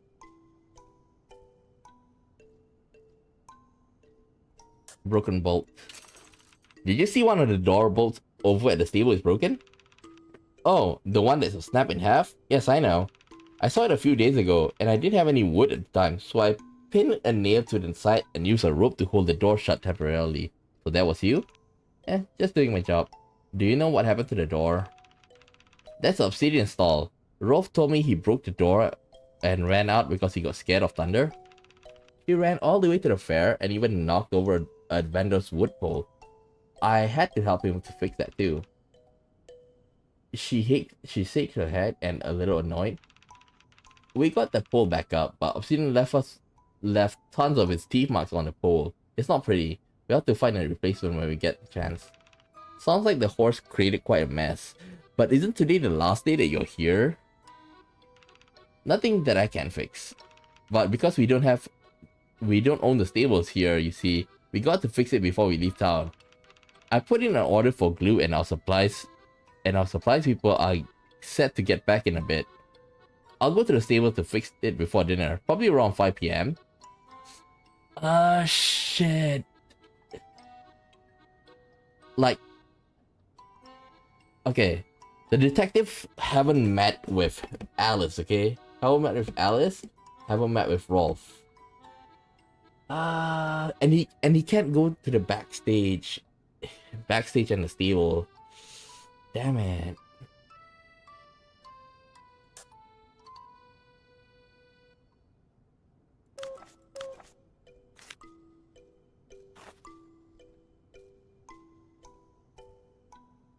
Okay, let's ask about the financial crisis. Do you know about the financial situation of the circus? No, it's none of my business. I heard Moses talking with an investor. Turns out the circus has not been doing well financially. What? What do you mean not doing well? Not making money for the past 2 years, essentially. You know nothing about this? No, why would I? Have you seen attendance dropping for the time you've been working here? Her eyes move rapidly, searching her memory. I don't think so. It's always been like that. If anything, when Hetty got here, I think there was a boost. But maybe there has been. You don't notice it if things change gradually, but it's not like we won't know the exact numbers. Why are you telling me this? What did Moses say? Moses told the investors that we would be fine as long as Hetty was here. But she's not. Yeah, but the investor didn't know that. She covers her mouth with her hands. I haven't even thought about that. What will happen to the business with Hattie gone? Are you worried that Circus will close down? No, Moses will never let that happen. What is he going to do about it? I don't know, but there has got to be a way. And if there is a way, Moses will find it. The circus is his. He will never let anything happen to it. Okay. Okay. I think this is where we stop for today. It's been 3.5 hours. Okay. And I use quite a lot of brain power. Okay. I use a lot of brain power to like try and understand. Okay. So I'm a little bit pooped. Okay. So like I'll continue this tomorrow, and probably like tomorrow will be the last stream. Okay. So that's all for today. I'll see you guys. Okay, I'll play this again tomorrow morning. Hopefully it'll be the last. Okay. And I'll be playing troubleshooters again later in the afternoon. Okay. So that's all for now. I'll see you next time. Bye bye.